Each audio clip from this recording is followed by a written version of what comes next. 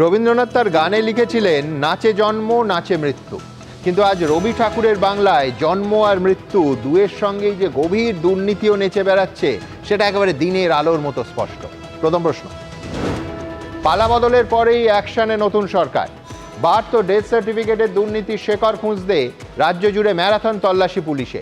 সাঁড়াশি অভিযান তো হচ্ছে, কিন্তু এই ভুয়ো সার্টিফিকেট চক্রের মাথারা আদৌ শাস্তি পাবে তো? দ্বিতীয় প্রশ্ন, 2023-এ বার্থ সার্টিফিকেট ইস্যু হয়েছিল প্রায় 1,22,000, তারপর বছর বছর বেড়েছে 3 গুণ করে, সব থেকে বেড়েছে সীমান্তবর্তী জেলাগুলোতে। তাহলে কি ভোটার লিস্টে অনুপ্রবেশকারীদের নাম তুলতেই দেদার ইস্যু হয়েছিল সার্টিফিকেট? তৃতীয় প্রশ্ন, 47,000 সার্টিফিকেটের প্রায় 25%ই ভুয়ো, স্যাম্পল টেস্টের হিসেবে জানালেন মুখ্য সচিব। পুরপ্রধান পুর চেয়ারম্যানদের কাছ থেকে সার্টিফিকেট দেওয়ার ক্ষমতা কেড়ে নিল রাজ্য। অফিসারদের দায়িত্ব দিলে যে ভুয়ো কারবার বন্ধ হবে তারই বা গ্যারান্টি কোথায়? চতুর্থ প্রশ্ন, দিল্লি থেকে কলকাতা, মুম্বাই, পাটনা, বেঙ্গালুরু, ভোপাল, জয়পুর, দেশ জুড়ে ছড়াচ্ছে ছাত্রদের প্রশ্নফাঁস বিরোধী আন্দোলন। যন্তর মন্তরের নিরস্ত্র জমায়েতে ফের ব্যাপক লাঠিচার্জ দিল্লি পুলিশে। কিন্তু এইভাবে দমন পীড়ন চালিয়ে কি আদৌ দমানো যাবে এই দেশের তরুণ প্রজন্মকে? পঞ্চম প্রশ্ন, প্রশ্নফাঁস কাণ্ডে দোষীদের রেয়াত নয়, তৈরি হবে ফাস্ট ট্র্যাক কোর্ট। পড়ুয়াদের আন্দোলনের মধ্যেই পোস্ট প্রধানমন্ত্রী। আগে ধর্মেন্দ্র প্রধানের ইস্তফা চাই, তারপর কথা। অবস্থানে অনড় বিক্ষোভকারীরা। 10 বছরে দেশে 152 বার প্রশ্ন ফাঁস। আর কবে শোধরাবে এই গুণ ধরা সিস্টেম? তবে শুরুতেই দেখাবো তৃণমূল আমলে বার্থ ও ডেথ সার্টিফিকেট নিয়ে বড় সড় দুর্নীতির অভিযোগে রাজ্য জুড়ে তল্লাশি চালালো পুলিশ। ইনফ্যাক্ট এখন এই অনুষ্ঠান শুরু করছি, বহু জায়গায় এখনো তল্লাশি চলছে। দেখুন, দিকে দিকে পুলিশ, একসঙ্গে একাধিক জায়গায় অভিযান, লক্ষ্য দুর্নীতির গভীরে যাওয়া, খুঁজে বের করা কালপ্রিটদের। জন্ম থেকে মৃত্যু, শংসাপত্রে ব্যাপক জালিয়াতি, সার্টিফিকেট ইস্যুতে অস্বাভাবিক বৃদ্ধি। এসআইআর চলাকালীন কি বার্থ সার্টিফিকেট ইস্যুতে ব্যাপক অনিয়ম হয়েছে? এইসব প্রশ্নের উত্তর খুঁজতে কলকাতা থেকে একাধিক জেলায় তল্লাশি অভিযান চালালো পুলিশ। সরকারি দপ্তর থেকে শ্মশান, পঞ্চায়েত থেকে পুরসভা, রেজিস্ট্রার সহ একাধিক নথি বাজেয়াপ্ত করল police. Birth certificate is very important for all the documents. Election পরে অনেক কমপ্লেন্ট পেলাম কি এখানে যেটা আছে অনেক ফলস সার্টিফিকেট ইস্যু হয়েছে ডিউরিং দ্য এসআইআর। এসআইআর আজকে চলছে 11টার সময় থেকে। বৃহস্পতিবার কলকাতা পুরসভার সদর দপ্তরে পৌঁছয় নিউ মার্কেট থানার পুলিশ। আমরা রয়েছি কলকাতা পুরসভার হেডকোয়ার্টারে এবং সেখানে রুম নাম্বার 17-এ রয়েছে আমার সহকর্মী প্রীতম। যে দৃশ্য দেখাচ্ছে, দেখতে পাচ্ছ যে এখানে পুলিশের পক্ষ থেকে তারা এই যে তথ্যানুসন্ধান করছেন 17, 18, 20 এই 3টে রুমে পরপর পুলিশের আধিকারিকরা বিভিন্ন তথ্য খতিয়ে দেখছেন, কাগজপত্র ঘেটে দেখছেন। একইভাবে চিতপুরে কলকাতা পুরসভার 1 নম্বর বড় অফিসে আসে পুলিশ। বার্থ সার্টিফিকেটের রেজিস্টার ধরে ধরে যাচাই করা হয়। কলকাতা পুলিশের তরফ থেকে চিতপুর থানার পুলিশ আধিকারিকরা তারা এই মুহূর্তে এই যে 1 নম্বর বড় যে অফিস সেখানে তারা এসে ভেতরে যে রেজিস্টার সেগুলো তারা খতিয়ে দেখছেন। পুলিশ আধিকারিকরা ভেতরে রয়েছেন, সিনিয়র অফিসাররা রয়েছেন এবং বাইরের কাউকে কিন্তু আজকে এই বড় অফিসে অ্যালাউ করা হচ্ছে না, তার গেট বন্ধ করে রাখা হয়েছে। একইভাবে ফুলবাগানে কলকাতা পুরসভার 3 নম্বর বড় অফিসে কেওড়াতলা মহাশ্মশানে নথি সংগ্রহ করতে পৌঁছয় টালিগঞ্জ থানার পুলিশ। অন্যদিকে প্রিন্স আনোয়ার শাহ রোডে কলকাতা পুরসভার 10 নম্বর বড় অফিসেও চলে পুলিশি তল্লাশি।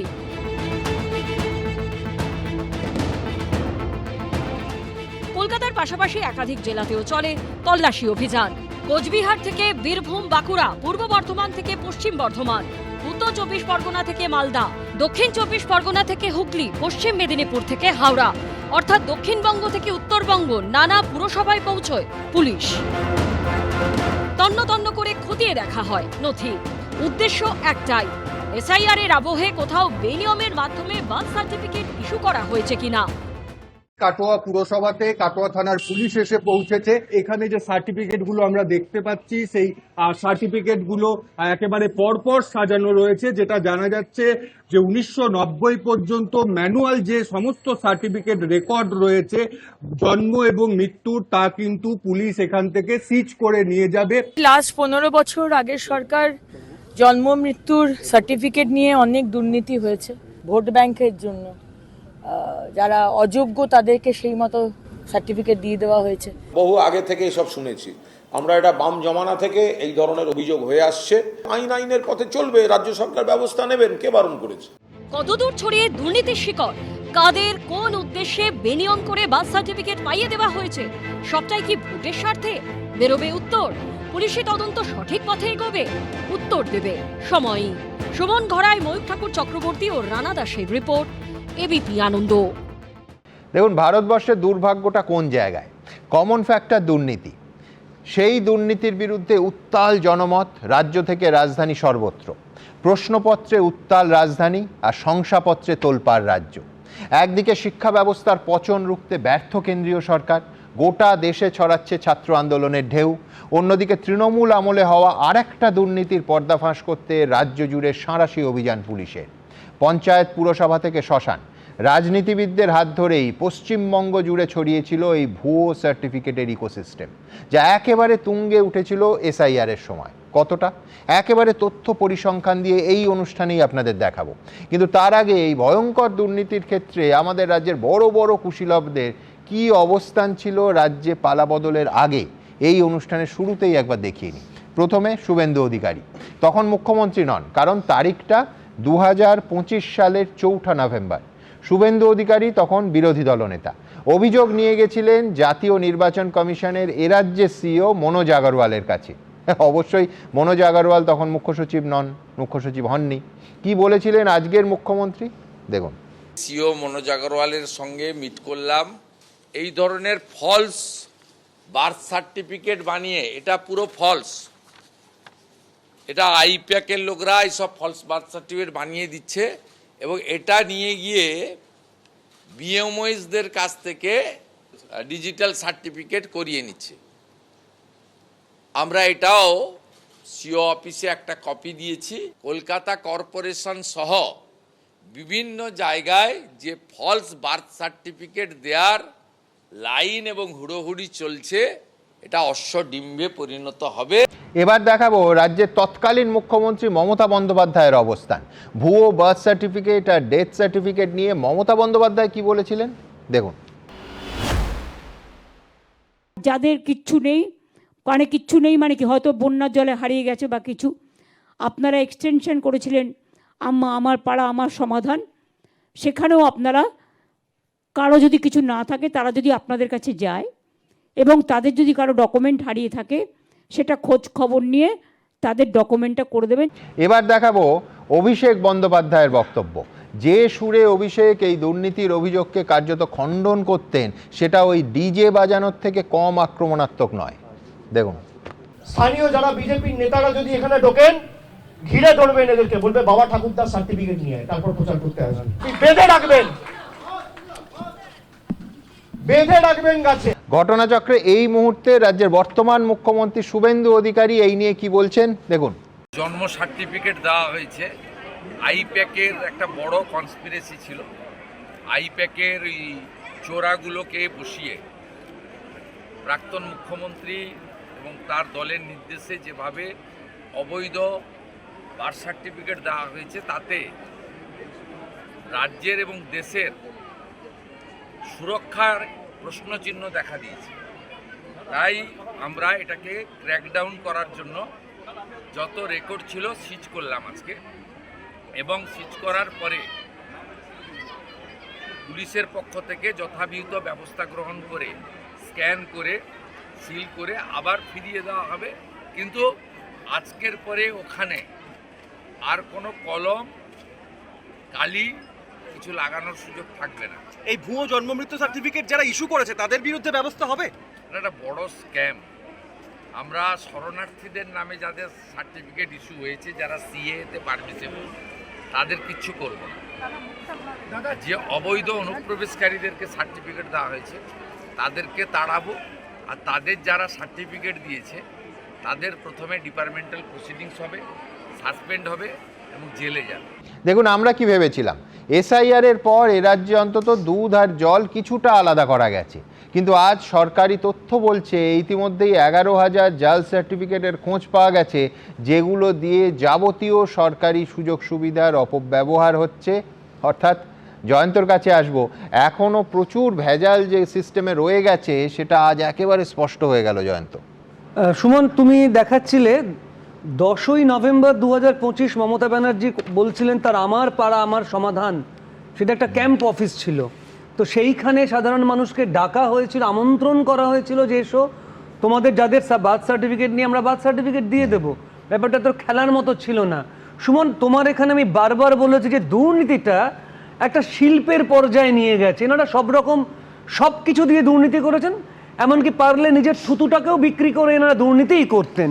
সুমন, এসআইআর না হলে আমরা জানতেই পারতাম না যে ভুয়ো সার্টিফিকেট, তার মাধ্যমে জন্ম সার্টিফিকেট অর্থাৎ জন্মের ভুয়ো সার্টিফিকেটের মাধ্যমে আধার কার্ড, ভোটার কার্ড তৈরি করা হয়েছে এবং নাগরিকত্বের প্রমাণ নেওয়া হয়েছে, এটা আমরা জানতে পারতাম না।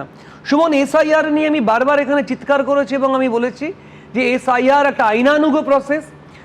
এসআইআর যদি প্রতি বছর হতো তাহলে হয়তো এই সমস্যাটা হতো না, কিন্তু এসআইআর যেহেতু বেশ কিছু বছর বাদে হলো, ততদিনে বেশ কিছু বেনো জলও ঢুকে গিয়েছে, অনুপ্রবেশ হয়েছে একেবারে বন্যার জলের মতো। যে জন্ম সার্টিফিকেটগুলো তারা ইস্যু করিয়ে অনুপ্রবেশকারীদের এখানে আশ্রয় দিয়েছিলেন, এসআইআর হয়েছিল বলে তাদের হাজার হাজার মানুষকে তাড়ানো হয়েছে। সুমন, তুমি দেখিয়েছো এখানে স্বরূপনগরের দৃশ্য, যেখানে বাক্স প্যাঁটরা নিয়ে সবাই গিয়ে ওই বর্ডার এরিয়ায় বসেছিলেন, তারা পালাচ্ছেন দলে দলে। অর্থাৎ এসআইআর একটা ভীতি ছিল। এসআইআর এর মাধ্যমে যে মানুষগুলি অনুপ্রবেশ করেছিলেন এবং যাদের ভোটার কার্ড দেওয়া হয়েছিল, আধার কার্ড দেওয়া হয়েছিল এবং তার মাধ্যমে তারা ভুল লোককে জনপ্রতিনিধি নির্বাচন করেছিলেন। অর্থাৎ আমাদের ভাবতে অবাক লাগে, খারাপ লাগে যে এই ভুল লোকগুলো যারা আমাদের দেশের নাগরিক নয়, তারা জনপ্রতিনিধি নির্বাচন করেছেন এবং জনপ্রতিনিধি নির্বাচনে তারা বারবার অংশগ্রহণ করেছেন। আরে একাধিক কেসে দেখা যাচ্ছে জনপ্রতিনিধি হিসেবে ভোটের টিকিট যাদের দেওয়া রয়েছে তাদেরই কাগজপত্র গোলমাল হয়েছে, কোর্টের নির্দেশে পথ চলে গেছে, এরকমও আছে এই রাজ্যে। অর্থাৎ যে আমার পাড়া আমার সমাধান নামে যে ক্যাম্প অফিস তৈরি করা হয়েছে, সেই ক্যাম্প অফিসের মাধ্যমে এই ভুয়ো সার্টিফিকেট ইস্যু করা হয়েছে, এই অভিযোগ আমাদের এই স্টুডিওতে বারবার উঠেছে। এবং সবচাইতে বেশি সার্টিফিকেট বোধহয় ইস্যু করা হয়েছে, যদি আমি ভুল না করি, 2025 সালে। এবং 2025 সালে তখন তোমার মনে আছে যে এসআইআর নিয়ে একটা আবহ তৈরি হয়ে গেল। এইখানে আমরা বেড়েছে কত 3 গুণ, 3 টাইমস। এইখানে আমরা চিৎকার করে বলেছি যে এসআইআর এর সমস্যাটা কোথায়। আপনারাও বলছেন একজনও বৈধ ভোটার যেন বাদ না যায়। এখানে তৎকালীন যারা বিরোধী দলে ছিলেন তারাও বলছিলেন বৈধ ভোটার যেন বাদ না যায়। আমরাও এখানে বলেছি যে বৈধ ভোটারদের বাদ দেওয়ার প্রশ্ন এখানে উঠছে না। তোমার এখানে আমরা আলোচনা করেছি যে বিএলওদের রাজনীতিকরণ হয়েছে, যে বিএলওরা এই এসআইআর এর কাজে সবচাইতে বেশি অংশগ্রহণ করেছিলেন তাদের রাজনীতিকরণ করা হয়েছে। এবং আমরা বলেছিলাম যে বিএলওদের রাজনীতিকরণ করানো ঠিক হচ্ছে না। তোমার মনে আছে, দেখো ঘুঘু কিভাবে ঢুকে গেছিল সর্বত্র, WBCS অফিসাররা তাদের সাসপেন্ড করতে বাধ্য করা হয়েছিল। সুমন, সবচাইতে ভালো যেটা হয়েছে আমি মনে করি যে তৎকালীন যারা বিরোধী দলে ছিলেন তারা পাওয়ারে আসার পরে এই এসআইআর বা নাগরিকত্বের বিষয়টি ভুলে যাননি। আর একটা ব্যাপার ছিল, তারা কেন্দ্রীয় ফোর্সকে তারা এখানে রাখতে পেরেছিলেন। আজকে যদি শুধু পুলিশ দিয়ে এই তুমি যেরকম রেইড দেখাচ্ছ সেই রেইড করতে যাওয়া হতো, তাহলে তো সর্ষের মধ্যে ভূত থাকতো।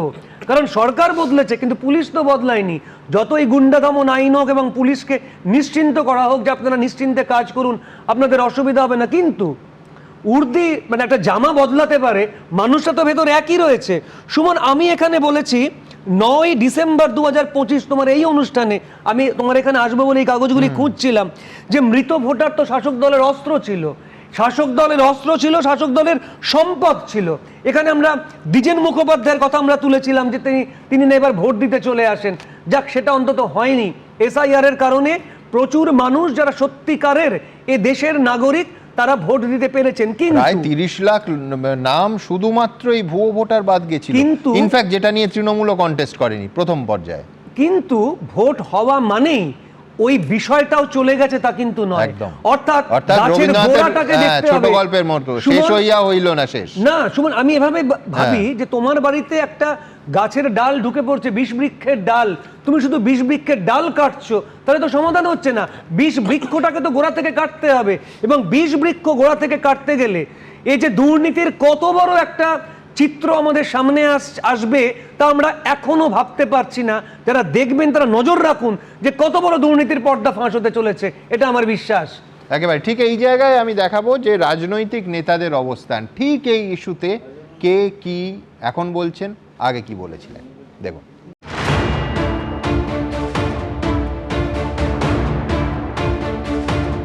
বিধানসভা ভোটের আগে এসআইআর নিয়ে উত্তাল হয়েছিল রাজ্য রাজনীতি। আমাদের সরকার থাকলে আমি কাউকে এখান থেকে বাদ দিতে দেবো না, আমি কাউকে বাতিল করতে দেবো না। যে ভারতীয় তার নাম উঠবে, বাংলাদেশি মুসলিমের নাম থাকবে না। এসআইআর হয়ে গেছে, বহু মানুষের নাম বাদ পড়েছে, কেউ কেউ ট্রাইব্যুনালেও গেছেন।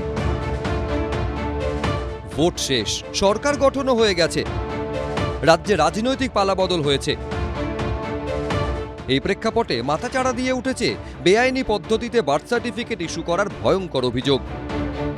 সার্টিফিকেট যেটা ইস্যু হলো যার মধ্যে আপনার 46,998 46,998, ওর মধ্যে 11,390 যেটা আছে ওটা জেনুইন ছিল না, প্রায় 25% ফলস ছিল। এসব লোক যেটা আছে আপনার ভোটার রোলে ঢুকে গেছে, অন্য সুবিধা পাচ্ছে, সব পাচ্ছে, যেটা আছে যেটা ফলস আছে। এই আবহেই বারবার ঘুরে ফিরে আসছে এসআইআর এর সময় নথি নিয়ে তৎকালীন মুখ্যমন্ত্রী মমতা বন্দ্যোপাধ্যায়ের মন্তব্যের প্রসঙ্গ। এসআইআর করো আর যাই করো, বাংলা থেকে মানুষকে তাড়ালে কি করে নিয়ে আসতে হয় আমরা জানি, আর বাংলায় কাউকে আমরা তাড়াতে দেব না। আর আপনাদের যদি কোনো কাগজপত্রের দরকার হয় তাহলে আমরা গভর্নমেন্টের পক্ষ থেকেও may I help you booth তৈরি করে দিচ্ছি, সেখানে যাবেন, সাহায্য নেবেন। 12 তারিখ থেকে may I help you camp হবে ব্লকে ব্লকে, যার যা প্রয়োজন, যেটা নেই সেটা সেখান থেকে করিয়ে নেবেন। আপনার কাগজপত্র থাকলে, যদি বাই চান্স শংসাপত্রে অ্যাপ্লাই করেছেন পাননি, চিন্তা করবেন না, ওখান থেকে আপনি পেয়ে যাবেন। এই আবহেই বৃহস্পতিবার বেনিয়ম করে বার্থ সার্টিফিকেট ইস্যু করা নিয়ে তল্লাশি চালালো পুলিশ। প্রচুর ভুয়ো সার্টিফিকেট আছে আপনারা জানেন, আর অনুপ্রবেশকারীতে ভরে আছে বাংলা। তো সেখানে দাঁড়িয়ে আজকে এটা হবে ডেথ এবং বার্থ সার্টিফিকেট নিয়ে, এটা হওয়ার কথাই ছিল। তদন্তে বড়সড় কি কিছু উঠে আসবে? রানা দাস, ঐশী মুখোপাধ্যায়, রুমা পালের রিপোর্ট, এবিপি আনন্দ। ভাবতে পারেন একটা দেশে গত 10 বছরে 152টা প্রশ্ন ফাঁসের ঘটনা ঘটেছে, তারপরও লক্ষ লক্ষ পড়ুয়ারা নিজেদের ভবিষ্যৎ নিয়ে এই ছিনিমিনি খেলা দেখে পথে নামবে না। ঠিক যেমন এ রাজ্যে পরিকল্পনা করে বার্থ সার্টিফিকেটের সংখ্যায় জল মেশানো হচ্ছিল, ক্রমশ দুধের থেকে জলের পরিমাণ বেড়ে যাচ্ছিল, এবং এসআইআরের সময় যে জালিয়াতি প্রায় 3 গুণ বেড়ে গেল, তারপরও কি কোনো প্রশাসনের পক্ষে চুপ করে বসে থাকা সম্ভব? তথ্য পরিসংখ্যান দেখাচ্ছে কিভাবে পাইকারি হারে ভুয়ো সার্টিফিকেট ইস্যু হয়েছে। ধরুন 2023 সালে জন্ম নথিভুক্ত হয়েছে 1,21,000, পরের বছর মানে 2024 সালে সেটা 3 গুণ বেড়ে দাঁড়াচ্ছে 3,81,000। এবার এসআইআর প্রক্রিয়া যখন তুঙ্গে উঠল, লক্ষ্য করুন, তখন 24-এর ওই 3,81,000 আবার প্রায় 3 গুণ বেড়ে পৌঁছে গেল কোথায়? 10,50,000-এ। ভাবতে পারেন, আইবি রিপোর্ট অনুযায়ী নথিভুক্ত হওয়া জন্মের এই নথির মধ্যে 25% নাকি ভুয়ো। আমার পরের বক্তা সলিল ভট্টাচার্য কি মানবেন যে ভাগ্যিস এসআইআরটা হয়েছিল বলেই জ্ঞানচক্ষু উন্মিলিত হলো, এবং এই জালিয়াতির মাধ্যমে যে কত সরকারি সুবিধে, অনুদান, ভাতা, ওই অন্নপূর্ণা ভাণ্ডারের মতো আমার আপনার করের টাকায় এখনও 9-6 হচ্ছে, সেটা অন্তত তার একটা আন্দাজ অন্তত পাওয়া যাচ্ছে। সলিলদা, দেখো, এ খালি তোমার আধিকারিকদের কথা বললে হবে না যে তারাই দোষী। এই অন্যায়, এই দুর্নীতিটা করা হয়েছে তদানীন্তন প্রাক্তন মুখ্যমন্ত্রীর গাইডেন্সে। পরিষ্কার তো বলছে ক্যাম্প করে দেবে, পরিষ্কার তো যা কিছু হারিয়েছিল বন্যার জলে হারিয়ে গেছে বললে তো, বন্যা বললে তো, উনি বললেন তো বন্যার জলে হারিয়ে গেছে, সব সার্টিফিকেটও দিয়ে দেওয়া। ও বলছে জয়ন্ত, যেটা তুমি দেখালে আমাদের পাড়া আমাদের সমাধান, ওখানে তো তোমার বার্থ সার্টিফিকেট নকল জালফাল করে দিয়েছে, ওখান থেকেও টাকা মেরেছে, সরকারি টাকা ডিফল্কেশন হয়েছে। পার পাড়া 10 লক্ষ না 15 লক্ষ টাকা টোটাল মনে আছে তোমার 6000 কোটি টাকা বরাদ্দ করেছিল গভর্নমেন্ট ফান্ড পার ওয়ার্ড। বলো তাহলে, বলো পার ওয়ার্ড 10 লাখ, 10 লাখ পার ওয়ার্ড যদি 10 লাখ থাকে, টোটাল তোমার 6000 না 7000 কোটি টাকা লুটে পুটে খাও সরকারি টাকা, সরকারি খরচ। যদি তোমাকে এফআইআর করতে হয়, যদি তোমাকে আইনানুগ ব্যবস্থা নিতে হয়, the first name to be named in the FIR is the then erstwhile chief minister of West Bengal. বলতে লজ্জা লাগে, দুঃখ লাগে, কষ্ট হয়। এইবার তুমি এসে দেখো, তুমি 3 গুণ বলছো, তুমি 2023-এ যদি দেখো 1,22,000 বার্থ সার্টিফিকেট দিল, 10 লক্ষ 10 টাইমস 25-এ। এবং খালি তাই না, একটার পর একটা রাসমেলার ময়দান থেকে কি বলেছে, যদি এসআইআর করতে এই সমস্ত কোনো লোকজন আসে, বোনেরা মায়েরা সামনে একদম হাতা খন্তি নিয়ে থাকবেন, পুরুষ মানুষটা সব পেছনে থাকবে। পুরো গাইডেন্স হয়েছে, তার লিডারশিপে হয়েছে। তাহলে কি তুমি পুরো আধিকারিক, কোথাকার WBCS অফিসার আর কোথাকার কে BLO, কোথাকার কে BLA, কে কার সঙ্গে মিলে আছে, কি করবে তুমি বলো? তোমার কি করার ক্ষমতা? যদি গভর্নমেন্ট একটা করাপশনকে যদি তোমার সাপোর্ট করে, করাপশনটাকে যদি লিড করে, নেতৃত্ব দেয়, গাইড করে, তোমার কিছু করার নেই। আপনি বলছেন এটাও ইনস্টিটিউশনাল করাপশন, একেবারে পরিষ্কার প্রাতিষ্ঠানিক দুর্নীতি। প্রাতিষ্ঠানিক দুর্নীতি, প্রি প্ল্যান, অর্গানাইজ এবং যত রকম দুর্নীতি এটাকে সঙ্গে থাকা দরকার, তার থেকে সবগুলোই তার মধ্যে আছে। এর মধ্যে দেখো তুমি গভর্নমেন্ট ফান্ড ডিফল্কেশনও রয়ে গেছে, এই যে আমার পাড়া আমার সমাধান। এবং খালি তাই না, ওনার ইনসিস্টেন্সেই তো এগুলো হয়েছে সমস্ত কিছু। এইবার যেটা বার্থ সার্টিফিকেট, তুমি শহরের মধ্যে আমরা দেখছি বার্থ সার্টিফিকেট পাওয়ার জন্য কলকাতা কর্পোরেশনের বড় অফিসে, মেইন অফিসে শয়ে হাজার লোক লাইন দিয়ে রয়েছে। আর তোমার এই বর্ডারিং ডিস্ট্রিক্টগুলোতে সেম ঘটনা। কলকাতা পুরসভা একটা উইং খোলা হয়েছিল, ভাবতে পারেন? উইং খোলা হয়েছে, ক্যাম্প করে দেওয়া হচ্ছে, পাড়ায় ক্যাম্প করে দেওয়া হচ্ছে, যার যা আছে দিয়ে যাও বার্থ সার্টিফিকেট দিয়ে দাও। দেখো ভাগ্য ভালো, ভাগ্যিস ECI যে স্ট্যান্ডটা নিয়েছিল, আর এটা মানে খালি অ্যাপ্রিসিয়েট করলে হবে না, it's an outstanding effort on the part of the ECI। কারণ ECI কিন্তু তার পয়েন্টে কিন্তু স্টিক করেছিল, এবং যার জন্য দেখবে রদ বদল করা, চেঞ্জ করা, সমস্ত কিছু time to time strategy change করে সেই পয়েন্টে স্টিক করা। মাননীয় মুখ্যমন্ত্রী যখন সওয়াল করতে গেলেন, তার সঙ্গে বাদানুবাদ হওয়া, বাইরে এসে তদানীন্তন প্রাক্তন মুখ্যমন্ত্রী বাইরে এসে যাতা গালাগালি করা, যা কিছু বলার সব কিছু করা। কিন্তু দেখো আজকে কিন্তু সঠিকভাবে কিন্তু যে নামগুলো যেগুলো জল মেশানো হয়েছিল, মোটামুটি বাই অ্যান্ড লার্জ কিন্তু অনেকটা ক্লিয়ার করা হয়েছে। কিন্তু স্টিল এখনও কিন্তু তোমার জালি বার্থ সার্টিফিকেট প্রচুর রয়েছে, প্রচুর করতে গেলে কিন্তু ঢাকের দায় মনসা বিক্রি হয়ে যাবে। একদম। সলিলদার, এই জায়গা থেকে আপনাদের সামনে একটা সংলাপ রাখি, খুব ইন্টারেস্টিং। সেটা হচ্ছে 2022 সালের 21শে জুলাইয়ের মঞ্চ। নিয়োগ দুর্নীতি মামলার প্রসঙ্গ টেনে মমতা বন্দ্যোপাধ্যায়, তৎকালীন মুখ্যমন্ত্রী, প্রাক্তন মেয়র বিকাশ রঞ্জন ভট্টাচার্যকে নিশানা করে বলেছিলেন, কোট আনকোট, রোজ CPM-এর বিকাশবাবু গিয়ে বলছেন এটা কেটে দাও, ওটা কেটে দাও, দেখাচ্ছে সাধু পুরুষ ভাজা মাছ উল্টে খেতে জানে না। আপনার আমলে, পরের বাক্যটা লক্ষ্য করুন, আপনার আমলে বার্থ সার্টিফিকেট দেওয়ার নামে কি হয়েছিল সেই ফাইলটা বের করব। সঙ্গে সঙ্গে একেবারে প্রায় সঙ্গে সঙ্গে ABP আনন্দ বিকাশ রঞ্জন ভট্টাচার্যের সঙ্গে যোগাযোগ করলো, পাল্টা জবাব দিলেন বিকাশবাবু। তিনি বলেছিলেন, আবার কোট আনকোট যাচ্ছি, আমার প্রস্তাব একটা তদন্ত কমিটি গঠন করা হোক, তার চেয়ারপারসন হবেন মমতা বন্দ্যোপাধ্যায়। এরপর তদন্ত করে যা যা তথ্য আসবে সেটা পাবলিক মিটিংয়ে জানাবেন। যদি পারেন তাহলে 1 হাঁড়ি রসগোল্লা খাওয়াবো, আর না পারলে বিকাশবাবু বলেছিলেন ওনার পাগলা গারদে যাওয়া উচিত। আমি এই জায়গাটায় আবার আসবো আলোচনায়, কিন্তু তার আগে দ্রুত একবার দেখাবো যে পরিসংখ্যানটা, আবার বলছি, প্রতি বছর যদি 3 গুণ বাড়ে সেটা মারাত্মক। 2026-এর এখন আমরা বসে আছি জুলাই মাসে, এই প্রথম কয়েক মাসের মধ্যে বিপুল পরিমাণ দেখা যাচ্ছে যে 10 লক্ষটা 5,10,000 প্রথম কয়েক মাসে হয়েছে। এ কোন দিকে যাচ্ছিল এই প্রক্রিয়া? আমি দ্রুত একবার এই পরিসংখ্যানের হিসেবটা আপনাদের সামনে রাখবো। দেখুন, জন্মানোর পর বার্থ সার্টিফিকেট ইস্যু করে পুরসভা কিংবা পঞ্চায়েত, আর মৃত্যুর পর ডেথ সার্টিফিকেট, এটাই নিয়ম। কিন্তু এই নিয়মকে বুড়ো আঙুল দেখিয়ে কি বেআইনি পদ্ধতিতে ইস্যু করা হয়েছে হাজার হাজার বার্থ সার্টিফিকেট, তাও কি আবার এসআইআর আবহে? যেন তেন প্রকারে ভোটার তালিকায় নাম তুলতে? এই দুর্নীতির পর্দাফাশ করতে কলকাতা থেকে জেলা বড়সড় অভিযানে নামলো পুলিশ। কলকাতা থেকে জেলা চলল তল্লাশি।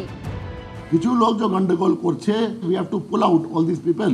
এরকম অর্গানাইজড যেটা গন্ডগোল আছে। এসআইআর এর সময় পরিচয়পত্র হিসেবে যে 13টি নথিপত্রের উল্লেখ করা হয়েছিল তার মধ্যে অন্যতম ছিল বার্থ সার্টিফিকেট। বৃহস্পতিবার রাজ্য জুড়ে পঞ্চায়েত ও পুরসভায় পুলিশি অভিযানের পর যে বিষয়টা ফের নতুন করে সামনে এসেছে। মুখ্য সচিব মনোজ আগরওয়াল জানিয়েছেন, সম্প্রতি একটি স্যাম্পল টেস্টে দেখা গেছে ইস্যু হওয়া 47,000 বার্থ সার্টিফিকেটের প্রায় 25% ভুয়ো। অনেকদিন ধরেই এটা অভিযোগটা অনেকে করছে যে এই ধরনের ডেথ বা বার্থ সার্টিফিকেট নিয়ে অনেক ধরনের কিছু গন্ডগোল হচ্ছে। গোয়েন্দাদের তরফে একটি রিপোর্ট সরকারের কাছে জমা পড়েছে, যেখানে দেখা গেছে মাত্র 2 বছরে অস্বাভাবিক হারে বেড়েছে সার্টিফিকেটের সংখ্যা। যেমন তৃণমূল সরকারের আমলে 2023 সালে ইস্যু হওয়া বার্থ সার্টিফিকেটের সংখ্যা ছিল 1,21,453। 2024 সালে তা বেড়ে হয় 3,81,591, আর 2025-এ সংখ্যাটা লাফ দিয়ে বেড়ে হয়েছে 10,50,441, এবং 2026 সালে এখনো পর্যন্ত বার্থ সার্টিফিকেট ইস্যু হয়েছে 5,12,632। উল্লেখযোগ্য বিষয় হলো, গত বছর 4 নভেম্বর থেকে পশ্চিমবঙ্গে শুরু হয় এসআইআর প্রক্রিয়া, শেষ হয় চলতি বছরের ফেব্রুয়ারিতে। নতুন সরকারের তথ্য বলছে সব থেকে বেশি বার্থ সার্টিফিকেট ইস্যু হয়েছে 2025 সালের 28 ফেব্রুয়ারি থেকে 2026 সালের 14 ফেব্রুয়ারি পর্যন্ত। তার মধ্যে মুর্শিদাবাদে 2,40,755টি, উত্তর দিনাজপুরে 1,53,658, মালদায় 1,48,477টি। অর্থাৎ লাফিয়ে লাফিয়ে বেড়েছে বার্থ সার্টিফিকেট ইস্যুর সংখ্যা। পলিটিক্যাল পার্সন কিছু যেটা আছে due to sub interest other interest, এটা কোনো স্টেটে ছিল না। ইলেকশন পরে অনেক কমপ্লেন পেলাম কি এখানে যেটা আছে অনেক ফলস সার্টিফিকেট ইস্যু হয়েছে ডিউরিং দ্য এসআইআর। পঞ্চায়েত, পুরসভা বা জনপ্রতিনিধি মানেই ভুল দিচ্ছেন, এই কথাটা ঠিক না। কে গ্যারান্টি দেবে যে সরকারের অফিসার বা সরকারি লোক বা আমলারা খারাপ কাজ করেন না? কেউ। বছরের পর বছর তদন্ত চলবে, নাকি দোষীদের দ্রুত খুঁজে বের করে দৃষ্টান্তমূলক শাস্তি দেওয়া হবে, সেটাই দেখার। উজ্জ্বল মুখোপাধ্যায়, কৃষ্ণেন্দু অধিকারী ও দীপক ঘোষের রিপোর্ট, এবিপি আনন্দ। কি ইন্টারেস্টিং দেখুন, এসআইআর এর প্রক্রিয়ায় 3টে জেলায় শতাংশের ভিত্তিতে সব থেকে বেশি নাম বাদ পড়েছে, যেখানে যেমন মুর্শিদাবাদ, যেমন উত্তর দিনাজপুর, যেমন মালদা, সেই 3টে জেলাতেই এই নথিভুক্ত হওয়া বার্থ সার্টিফিকেটের সংখ্যা সব থেকে বেশি। ধরুন 2025 সালের 28 ফেব্রুয়ারি থেকে 2026-এর 14 ফেব্রুয়ারি যখন এসআইআর প্রক্রিয়া চলছে, তখন এই নথিভুক্তকরণের যে কাজটা সেটা কিন্তু এগোচ্ছে, যত লাফিয়ে লাফিয়ে সংখ্যাটা বাড়ছে তত। এবং এই প্রশ্রয়টা সম্পূর্ণভাবে এসছে তৃণমূল সরকারের কাছ থেকে, গোপনে নয়, একেবারে প্রকাশ্যে মঞ্চের ওপর থেকে কার্যত দিনের পর দিন অভিযোগ যে প্রত্যক্ষভাবে না হলেও পরোক্ষভাবে এই জালিয়াতিকে উৎসাহ দেওয়া হয়েছে, এবং সরকারি কর্মীদের উদ্দেশ্যে এই বার্তাটা বারবার স্পষ্ট করে দেওয়া হয়েছে। সুতরাং আজ যদি দেখা যায় যে সত্যিই নথিভুক্ত হওয়া 25% নামই জাল, তার দায় তো গত 15 বছর ক্ষমতায় থাকা তৃণমূল সরকারকেই নিতে হবে, ঠিক যেমন প্রশ্ন ফাঁসের দায় বিজেপি সরকারকে নিতে হবে। প্রদীপ্ত দাদা, ধন্যবাদ প্রথমে তোমাকে এত ভালো একটা খবর আমাদের সামনে প্রতিবেদনে আনার জন্য। কেন ভালো খবর বলছি বলো তো? কারণ এটা প্রমাণ করে দিল যে আমার সরকার ওই 3D মডেলের বিরুদ্ধে গিয়ে, ওই ডিটেক্ট, ডিলিট অ্যান্ড ডিপোর্ট, এই 3D মডেলের বাইরে গিয়ে মানুষ যাদের এখনও, আমি দাবি করে বলছি, এখনও সবার ডকুমেন্টেশন ঠিক নেই, তাদের পাশে দাঁড়ানোর একটা প্রক্রিয়ার মধ্যে দিয়ে গেছে, এবং এই প্রক্রিয়াটা ছিল ডিজিটাইজেশন প্রক্রিয়া। পাশে দাঁড়ানো মানে কি বলছো? ঢালাও সার্টিফিকেট ইস্যু করা? ঢালাও সার্টিফিকেটের ব্যাপারটা এখানে ছিল না। আমি বলি, শেষ করি, ক্রস চেক করতে হবে। অবশ্যই আমি বলছি ডিজিটাইজেশন প্রসেসটা, যে কোনো পৌরসভায় তুমি পৌরসভার কর্মীদের কাছে খবর নাও, আমি যেটা জানতে পেরেছি সেটা হচ্ছে যে আমার যখন বার্থ সার্টিফিকেটের ডিজিটাইজেশন দরকার হচ্ছে, আমি নির্দিষ্ট আধিকারিকের কাছে যাচ্ছি, ডিএম অফিসে, ডিস্ট্রিক্ট অফিসে, বিভিন্ন জায়গায় গিয়ে তাদের কাছ থেকে আমি নির্দিষ্ট নোটারির মাধ্যমে, সেখানে নোটারির ভূমিকা আছে, গিয়ে আধার কার্ডের তথ্য মিলিয়ে নিয়ে আর পুরনো যেটা রেজিস্টার খাতা, যে রেজিস্টার খাতাগুলো আজকে সিজ করা হলো তার ভিত্তিতে এখানে তুমি যে প্রক্রিয়াটা বলছো এই প্রসেসটা মানলে কারুর কোনো বক্তব্য নেই, কিন্তু তুমি মঞ্চের ওপর থেকে যেই বলে দিচ্ছ যে বন্যায় হারিয়ে গেছে বললে সরকারি আধিকারিক করে দেবেন,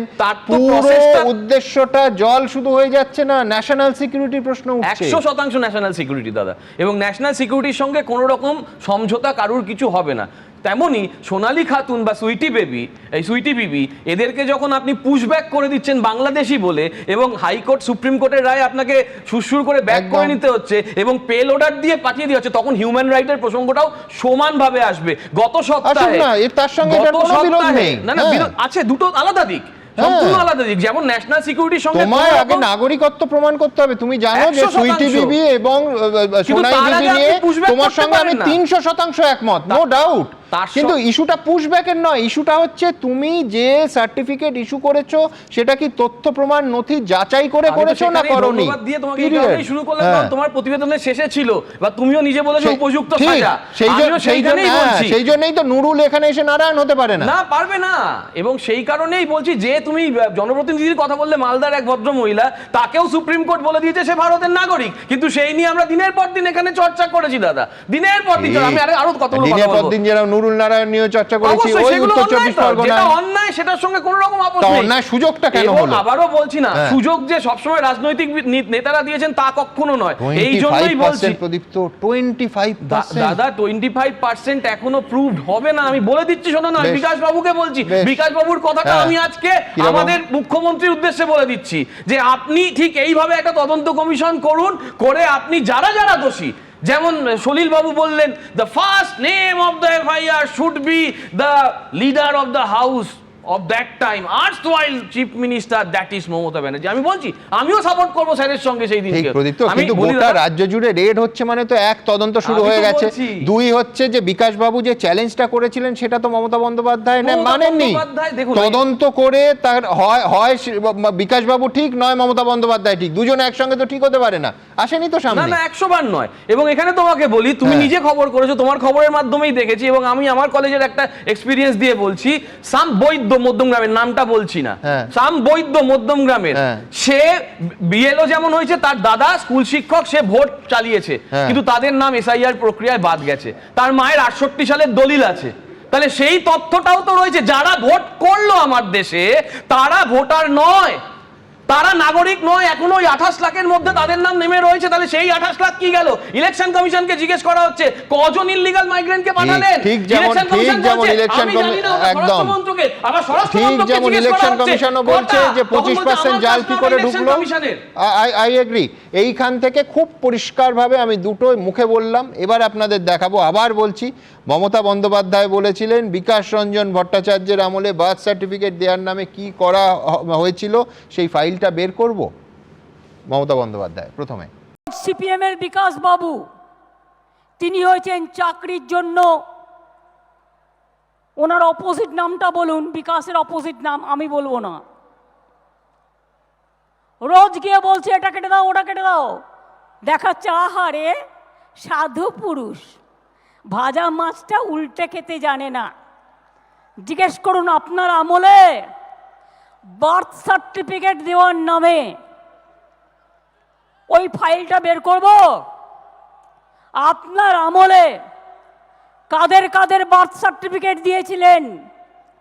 আদৌ কি তারা অরিজিনাল বার্থ সার্টিফিকেট পাওয়ার যোগ্য ছিল? সেই ফাইলটা একটু দেখবেন না, আমি দেখাবো।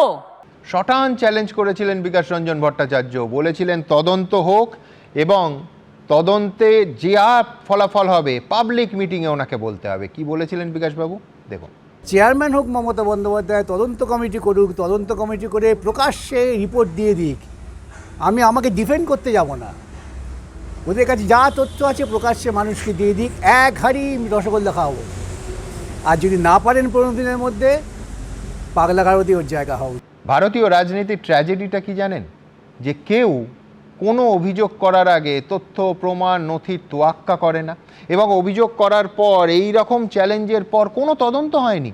মানুষ তো জানতে চান যে একেবারে অত লক্ষ মানুষের সামনে রাজ্যের তৎকালীন মুখ্যমন্ত্রী যা বলেছিলেন তা সত্যি নাকি নির্জলা মিথ্যে। কোনো তদন্ত হয়নি। বিকাশ রঞ্জন বাবুর চ্যালেঞ্জ মমতা বন্দ্যোপাধ্যায় অ্যাকসেপ্টই করেননি, গ্রহণই করেননি, তদন্ত হয়নি, তা থেকেই বোঝা যাচ্ছে। তার মানে অভিযোগটা কি ভুল ছিল? কেন তাহলে অপ্রমাণিত এই ধরনের অভিযোগ হাওয়ায় ভাসিয়ে দেওয়া হবে? মমতা বন্দ্যোপাধ্যায় থেকে শুরু করে সমস্ত রাজনীতিবিদদের কাছে আমাদের পরিষ্কার প্রশ্ন যে অভিযোগ প্রমাণিত হওয়ার তো দূরের কথা, অন্তত কিছু নথিপত্র সঙ্গে দিন, না হয়তো আবার 3 বছর পর এই স্টুডিওতেই বসে দেখাতে হবে যে কি বলেছিলেন। দেখুন, পরের প্রতিবেদনে দেখাবো যে এসআইআর নিয়ে কি বলা হয়েছিল এবং আসল ছবিটা ঠিক কী। দেখুন, প্রায় একই রকম গল্প। এসআইআর চলাকালীন সীমান্ত এলাকায় এটাই ছিল পরিচিত ছবি। বাক্স প্যাঁটরা গুছিয়ে এভাবেই দেশ ছাড়ার হিড়িক দেখা গেছিল বাংলাদেশিদের একাংশের, যাদের কথা শুনে চমকে উঠেছিল চোখ। ভোট দিয়েছেন? ভোট? হ্যাঁ, ভোট ওই 2-3 বার দেওয়া হয়েছে ভোট। এখানে এখানে আমরা থাকবো বলে এইসবগুলো আমাদের কুড়ি দিল। এখন আমরা থাকতে পারছি না, এখানে আমাদের তাড়াই দিচ্ছে বলে আমরা বাংলাদেশে যাই। কিন্তু এইসব ভারতীয় নথি বাংলাদেশি নাগরিকরা পেতেন কোথা থেকে? এ রাজ্যে বাংলাদেশি অনুপ্রবেশ যে কতটা মারাত্মক চেহারা নিয়েছে তার স্পষ্ট ছবি দেখা গেছিল দক্ষিণ 24 পরগনার কাকদ্বীপের এই এলাকায়। স্বামী বিবেকানন্দ গ্রাম পঞ্চায়েতের অন্তর্গত স্টিমারঘাট নতুন কলোনি। এখানে ম্যাক্সিমাম সবাই বাংলাদেশি, পিছনে এগুলো সব বাংলাদেশি, জঙ্গল ঘেঁষে যেগুলো সেগুলো সব বাংলাদেশি। অনেক হবে, 400-500 তো বেশি হবে। 400-500 ফ্যামিলি আছে। তাদের মধ্যে কেউ আবার বলেছিলেন দাবি মতো টাকা দিতে পারলেই নাকি হাতে গরমে মিলে যেত নথি। ভোটার কার্ড হয়েছে? হয়নি, পয়সা দাও না তোমার হবে না। 15,000 টাকা দিতে পারবা, 25,000 টাকা দিতে পারবা, নাই তো এইখানে এসে না। এদেশের বৈধ নাগরিক না হয়েও দিব্যি ভোট দিয়েছেন এমন ছবি দেখা গেছিল উত্তর 24 পরগনাতেও। পেয়েছিলেন সরকারি প্রকল্পের সুবিধেও। লক্ষ্মীর ভান্ডার কতদিন পেয়েছেন? 3-4 বছর। 3-4 বছর ওই দুয়ারে সরকার ওখানে গিয়ে লক্ষ্মীর ভান্ডার করে দেয়। লক্ষ্মীর ভান্ডার করে দিল। আপনার ভোটার কার্ড আছে? ছিল। হ্যাঁ ছিল। ভোট দিয়েছেন কখনো? দুবার। বসিরহাটের সন্দেশখালীর আনাচে কানাচে দেখা গেছিল এমন ছবি। বাবার নাম কি? নুরালি গাজী। ইনি আসলে কি হয়? আসলে আমার কাকা হয়, কাকাকে আমি বাবা করেছি। শ্বশুর বাড়ি ওই গরুহাট পারুলিয়া। কোন দেশ? বাংলাদেশে গরুহাট পারুলিয়া। সরকারি সুবিধা পান? আমি সরকারি খালি পাই লক্ষ্মী ভান্ডারটা আর রেশন। এখন যখন বেআইনিভাবে বার্থ সার্টিফিকেট ইস্যু করার বিষয়টি সামনে আসছে, তখন ফিরে ফিরে আসছে এই ছবিগুলিও। সমীরণ পাল, শুভেন্দু ভট্টাচার্য, ভাস্কর মুখোপাধ্যায়, এবিপি আনন্দ। ভাবুন, দুর্নীতির ভূত এমন জায়গায় পৌঁছেছে যে এখন ভূত ধরতে পুলিশকে শ্মশান অবধি দৌড়তে হচ্ছে। দেখুন, এই দুর্নীতিটা কিন্তু জাতীয় সুরক্ষার ক্ষেত্রেও আবার বলছি মারাত্মক। কাজেই তদন্ত করে দুধ আর জল আলাদা করাটা প্রথম অগ্রাধিকার। কিন্তু সমাধান হিসেবে যে মডেলকে বাছা হচ্ছে সেটাও কি ফুল প্রুফ? কারণ একজন জনপ্রতিনিধি যিনি মানুষের ভোটে নির্বাচিত হচ্ছেন, তিনি যদি অর্থের বিনিময়ে বা রাজনৈতিক স্বার্থে মানুষের সঙ্গে এই রকম জালিয়াতি করতে পারেন, দেশের সঙ্গে এই রকম জালিয়াতি করতে পারেন, তাহলে কি গ্যারান্টি আছে যে একজন সরকারি কর্মচারী অর্থের বিনিময়ে বা ওপরওয়ালার নির্দেশে সেই একই জালিয়াতি করবে না? জনপ্রতিনিধিরা চুরি করে ঠিকই, কিন্তু সরকারি কর্মচারীরাও তো স্বর্গ থেকে নেমে আসেন না। স্বাক্ষরকারীর বদল হলো, মানে সাইনিং অথরিটি চেঞ্জ হলো, মানে ক্ষমতার হাত বদল হলো এক অর্থে, কিন্তু দুর্নীতির চাষাবাদ কি তাতে বন্ধ হবে? চুরি শুধু রাজনীতিবিদরাই করেন না, অনেক আমলাও চুটিয়ে চুরি করেন। বিমলদা কি মানবেন? এটা অস্বীকার করার উপায় নেই। তো নতুন কোনো কথা নয় যে আমলারা সবাই একেবারে গঙ্গা জলে ধুয়ে প্রত্যেক দিন গঙ্গা জলে গা চুবিয়ে তারপরে তুলসী পেটে দিয়ে তারপরে কাজ করতে যান, সেটা হয় না। কিন্তু আপনাদের মডেলটা রাজনীতিবিদরা আমি এক্ষুনি দেখাবো যে এখানে একটা সমাধান আছে। সেটা হচ্ছে আমাদের তো কোনো একটা জায়গা থেকে শুরু করতে হবে। এরকম হতাশায় হয়ে ভেঙে পড়লে তো হবে না, সব চোর আমি ঘরে বসে গেলাম, সেটা তো হয় না। প্রশাসন চালাতে গেলে আমাকে বিকল্পগুলো খুঁজে বার করতে হবে। পাবলিক অ্যাডমিনিস্ট্রেশনের ভাষায় বলে বিহেভিয়ার অল্টারনেটিভ মডেল, অর্থাৎ আমি অল্টারনেটিভগুলো খুঁজে বার করবো কোনটা বেস্ট অল্টারনেটিভ। এখন সেক্ষেত্রে দেখা যাচ্ছে যে দীর্ঘদিন ধরে প্রথমে সিপিএম তারপর তৃণমূল, দুটি ক্ষেত্রেই সিপিএমের আমলেও আমি বলছি নদিয়াতে একজন এমপির বিরুদ্ধে অভিযোগ উঠেছিল, তিনি একটি বিশ্ববিদ্যালয়ে মাতব্বরি করতেন, কে চাকরি পাবে না পাবে, তিনি এদেশের নাগরিক কিনা সে নিয়ে অভিযোগ উঠেছিল। ফলে সিপিএম আমলে অভিযোগ ছিল না তা নয়। তৃণমূলের আমলে যেটা হয়েছিল গোটাটাই একটা চৌর্যবৃত্তির সাম্রাজ্য, এবং যিনি নেতৃত্বে ছিলেন তিনি প্রকাশ্যে তাকে শুধু মদত দেননি, সেইটা যাতে থেকে যায় তার জন্য বন্দোবস্ত করেছিলেন। কিন্তু as a head of the administration তুমি যদি তোমার নেতৃত্ব দিয়ে এটা প্রমাণ করতে পারো যে তুমি দুর্নীতি সহ্য করবে না, তাহলে কিন্তু তোমার নিচের তলায় যারা আছে তারা কথা মানতে বাধ্য। মমতা বন্দ্যোপাধ্যায় যে সুবিধেগুলো নিয়ে এসেছিলেন, এ রাজ্যের মুখ্যমন্ত্রী হয়েছিলেন, আমি কিন্তু জ্যোতি বসু বা বিধানচন্দ্র রায়ের কথা মনে রেখেও বলছি যে এরকম শক্তিশালী মুখ্যমন্ত্রী কেউ কখনো হননি। কারণ জ্যোতি বসুর মাথার উপরে পার্টি ছিল, প্রমোদ দাশগুপ্ত ছিলেন, প্রমোদ দাশগুপ্ত মারা যাওয়ার পর সরোজ মুখার্জি ছিলেন। বিধানচন্দ্র রায়ের সময় দলটা চালাতেন অতুল্য ঘোষ, মমতা ব্যানার্জি নিজে দল, নিজে সরকার, নিজে সবকিছু, তারপরেও এত এখনো কিন্তু পার্টি রয়েছে, শুভেন্দু অধিকারী তার স্বৈরাচার চালান, দিল্লি আছে, পলিটিক্যাল পার্টি আছে। মমতা বন্দ্যোপাধ্যায় নিজেই পার্টি, নিজেই সরকার, তাহলে এইরকম চৌর্যবৃত্তির সাম্রাজ্য হলো কেন? কারণ তিনি চেয়েছিলেন, তাই তিনি চেয়েছিলেন। তার এই যে ইংরেজিতে একটা কথা আছে ল্যাকাডাইজিক্যাল অ্যাটিটিউড, অর্থাৎ চলুক না, কিচ্ছুই হবে না। তিনি যখনই বিপদে পড়তেন তখন অদ্ভুতভাবে লোককে ধমকাতেন, ফাইল খুলবো, ফাইল খুলবো। ওনার ওই এচড়ে পাকা ভাইপোটাও বলবো দরজা খুলবো, দরজা খুলবো, বিজেপিকে শেষ করে দেবো। তখন এখন নিজে তৃণমূল দলটা শেষ হয়ে গেছে, বিজেপি ক্ষমতায় এসে গেছে। কিন্তু বিমলদা, আমি বলছি আপনার মডেলে আপনি পঞ্চায়েত প্রধানদের হাত থেকে ইস্যু করার অধিকারটা দিয়ে দিচ্ছেন সরকারি অফিসারদের। ধরুন তর্কের খাতিরে সরকারি অফিসার আর পঞ্চায়েত প্রধান এক হয়ে গেলেন, যেটা হওয়া কোনো অস্বাভাবিক দুর্লভ ঘটনাই নয় না। সেটা আমি আবার বলি, একটা অর্গানাইজড পলিটিক্যাল পার্টি যদি থাকে এবং তার যদি কাজ করার ইচ্ছে থাকে আর উপরে যদি নেতৃত্ব কঠোর ব্যবস্থা নেয়, তাহলে দুর্নীতি করার আগে লোকটা চারবার ভাববে। কিন্তু সুতরাং যদি মানে প্রশাসনিক কর্তারা ভুল করেন, জনপ্রতিনিধিরা কিন্তু তাদের উপর চাপ সৃষ্টি করবেন। জনপ্রতিনিধি এবং সরকারি আমলাদের সমন্বয় তো আমাদের এখানে চলে, তো লোকাল গভর্নমেন্ট চলুক বা প্রশাসন চলুক, লোকাল অ্যাডমিনিস্ট্রেশন চলুক, সেভাবেই তো চলে। এখন তৃণমূলকে দিয়ে এটা ভাবা ঠিক হবে না, কারণ তৃণমূল, আবার আমি বলছি, গোটা দলটা চোরেদের দল এবং চোরেদের প্রোটেক্টরের দল। বিজেপি তো সেটা নয়। আরেকটা কথা বলি, 2021 সালে আমার একটা জিনিস দুঃখ লাগে যে যদি তার আগে এসআইআর হতো, ভারতীয় জনতা পার্টি 2021 সালেই জিততো, দমদমে আমিও জিততে পারতাম, আমরা হারতাম না, এবং আমাদের এতগুলো লোককে তৃণমূল হত্যা করলো, সেই লোকগুলো কিন্তু বেঁচে থাকতো। আমার এইটাই বেশি কষ্ট হয় এই কারণে, এতগুলো লোককে তৃণমূল খুন করে ফেললো, এতগুলো নারী ধর্ষিতা হলো, 2021 সালে জিতলে এই ঘটনাটা ঘটতো না। এইটা আমার একটা দুঃখের জায়গা। কিন্তু সবচেয়ে বড় কথা হচ্ছে, আমি বারবার কেন এদের এই সমস্যাটার কথা বলি, আমরা ছোটবেলায় বাড়িতে জন্মেছি, আমরা কিন্তু প্রকাশ চিক বড়াইও তখন বিজেপিতে চলে আসতো, এত দেরি করতো না। না, সেটা হতে পারতো, কি হতে পারলে আমি তো জানি না কি হতো। ছোটবেলায় আমরা বাড়িতে জন্মেছি, আমাদের বার্থ সার্টিফিকেট লাগতো না স্কুলে ভর্তির সময়, কোষ্ঠী নিয়ে যেত, ও আচ্ছা ওই সালে জন্ম লিখে দিত। কিন্তু পরবর্তীকালে হসপিটালে জন্মের সংখ্যাটা বাড়তে শুরু করলো, আর এখন সরকারের পলিসি হচ্ছে প্রত্যেককে হসপিটালে যাতে সব মাকে পাঠানো যায় এবং সেখান থেকে সার্টিফিকেট ইস্যু হবে। ফলে কারোর সার্টিফিকেট চাইলে তাকে হসপিটাল যেতে হবে, সেখান থেকে পুরসভা বা পঞ্চায়েত সার্টিফিকেট হবে, এটাই তো নিয়ম। মুখ্যমন্ত্রী নিজেই বলছেন, may I help you, help desk বসিয়ে দাও, কারোর যদি সার্টিফিকেট না হয় সে সার্টিফিকেটটা বানিয়ে দেবে। ঠিক সেটাই ঘটেছে। এই যে পাড়ায় পাড়ায় সমাধান বা পাড়ায় পাড়ায় চিটিংবাজি চুরি, ওইটা এটা করেছিল, 10 লাখ টাকা চিটিংবাজি হয়ে গেছে, এবং তারটা কতটা কালীঘাটে গেছে আমি বলতে পারবো না, সেটা পরবর্তী বিষয়। সেখানে ওই হেল্প ডেস্ক বসিয়েছে, কেউ বলেছে আমার বার্থ সার্টিফিকেট নেই, দিয়ে দাও, কেউ বলেছে এটা নেই, দিয়ে দাও, এইভাবেই ইস্যু হয়েছে। আর সবচেয়ে বড় কথা যে 2002 সালকে ভিত্তিবর্ষ ধরে আমরা তো এবারে এসআইআর করেছি, 2002 যে জল নেই তা কিন্তু নয়, কিছু করার ছিল না, নির্বাচন কমিশন। আমি আবার বলছি, 1950 সালের 26শে জানুয়ারি যদি সত্যি শুরু হয় না, কি হাহাকার পড়ে যাবে তুই ভাবতে পারবি। লাস্ট লাইন বলছি, সেটা হচ্ছে বর্তমান সরকার, পশ্চিমবঙ্গের বিজেপি সরকার কিন্তু এই দুর্নীতির শেষ দেখে ছাড়বে, এবং দরকার হলে টপ টু বটম যদি লাইন দিয়ে ওই গ্রামের দিকে গরুকে একটা লাইনে 10টা গরুকে একটা দড়ি দিয়ে বেঁধে নিয়ে যাওয়া হয়, সেরকম অপরাধীগুলোকে বেঁধে নিয়ে যাওয়া হয়, তাতে আমরা পিছপা হব না, সেটাই করবে। দেখো দাদা, একটা ডকুমেন্টেশন প্রসেস স্যার মিস করে যাচ্ছেন। যখনই আমি ক্যালকাটা মিউনিসিপ্যাল কর্পোরেশনের 1/7/2026 একটা তথ্য দেখাচ্ছি যে application in plane paper as requirement, তারপরে বলছে photo identity proof of the applicant, voter identity চলবে, আধার কার্ড চলবে, পাসপোর্ট চলবে, খাদ্যসাথী চলবে। তার সঙ্গে সঙ্গে বলছে photo identity proof of the parents, voter identity card, Aadhaar card, passport, Khadyasathi এবং mobile number for generation of link for downloading the certificate.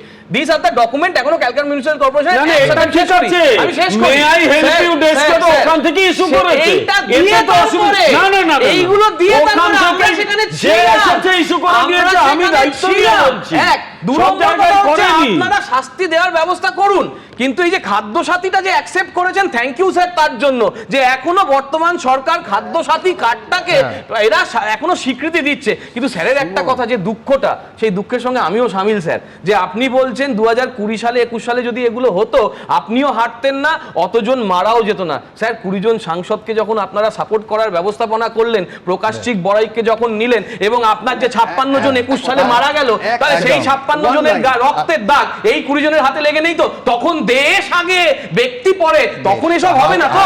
রক্তের দাগ আমি বুঝলাম। আমি সলিলদার কাছে যাওয়ার আগে বিমলদাকে একবার বলে দিই, সেটা হচ্ছে এই ভুয়ো নথিপত্র, এই ভুয়ো বার্থ সার্টিফিকেট, দুটো র্যাকেট উত্তরপ্রদেশে বেশি দিন আগে নয়, ধরুন এই বছরের এপ্রিল মাসে আম্বেদকর নগরে বিপুল পরিমাণ এই চক্রের সন্ধান মেলেছে, এবং গত বছরের ওই উত্তরপ্রদেশে আম্বেদকর নগরের থেকে বেশি দূরে নয়, আলিগড়ে বিপুল পরিমাণ বার্থ সার্টিফিকেট নকল হওয়ার র্যাকেটের সন্ধান মিলেছে। সুতরাং আমি বলছি এখানে যেটা হয়েছে নিঃসন্দেহে সংখ্যার বিচারে আমার বলতেই হবে ইউনিক, তার কারণ উত্তরপ্রদেশে যে দুটো ঘটনা বললাম সংখ্যার বিচারে কম, প্রাতিষ্ঠানিক দুর্নীতি হয়তো বলা যাবে না, কিন্তু এই প্রবণতা সবকটা রাজ্যে চলছে এবং বিজেপি শাসিত রাজ্য বিমলদা চলছে।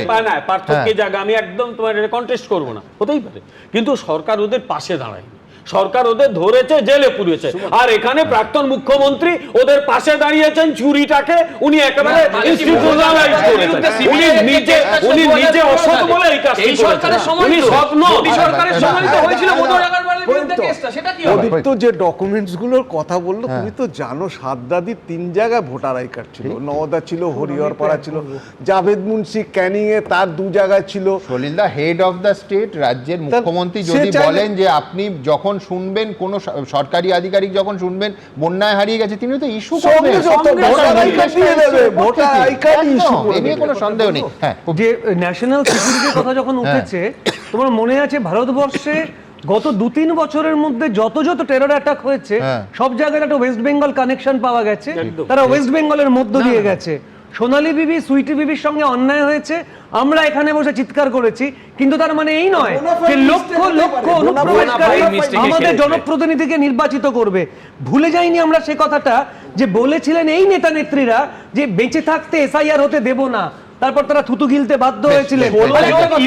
সরকার যদি না বদলাতো, এক মিনিট, সরকার যদি না বদলাতো তাহলে এগুলোকে কিন্তু ভুয়ো সার্টিফিকেট বলা হতো। এক মিনিট, সরকার যদি না বদলাতো তাহলে কিন্তু এই সার্টিফিকেটগুলোকে ভুয়ো বলা হতো না।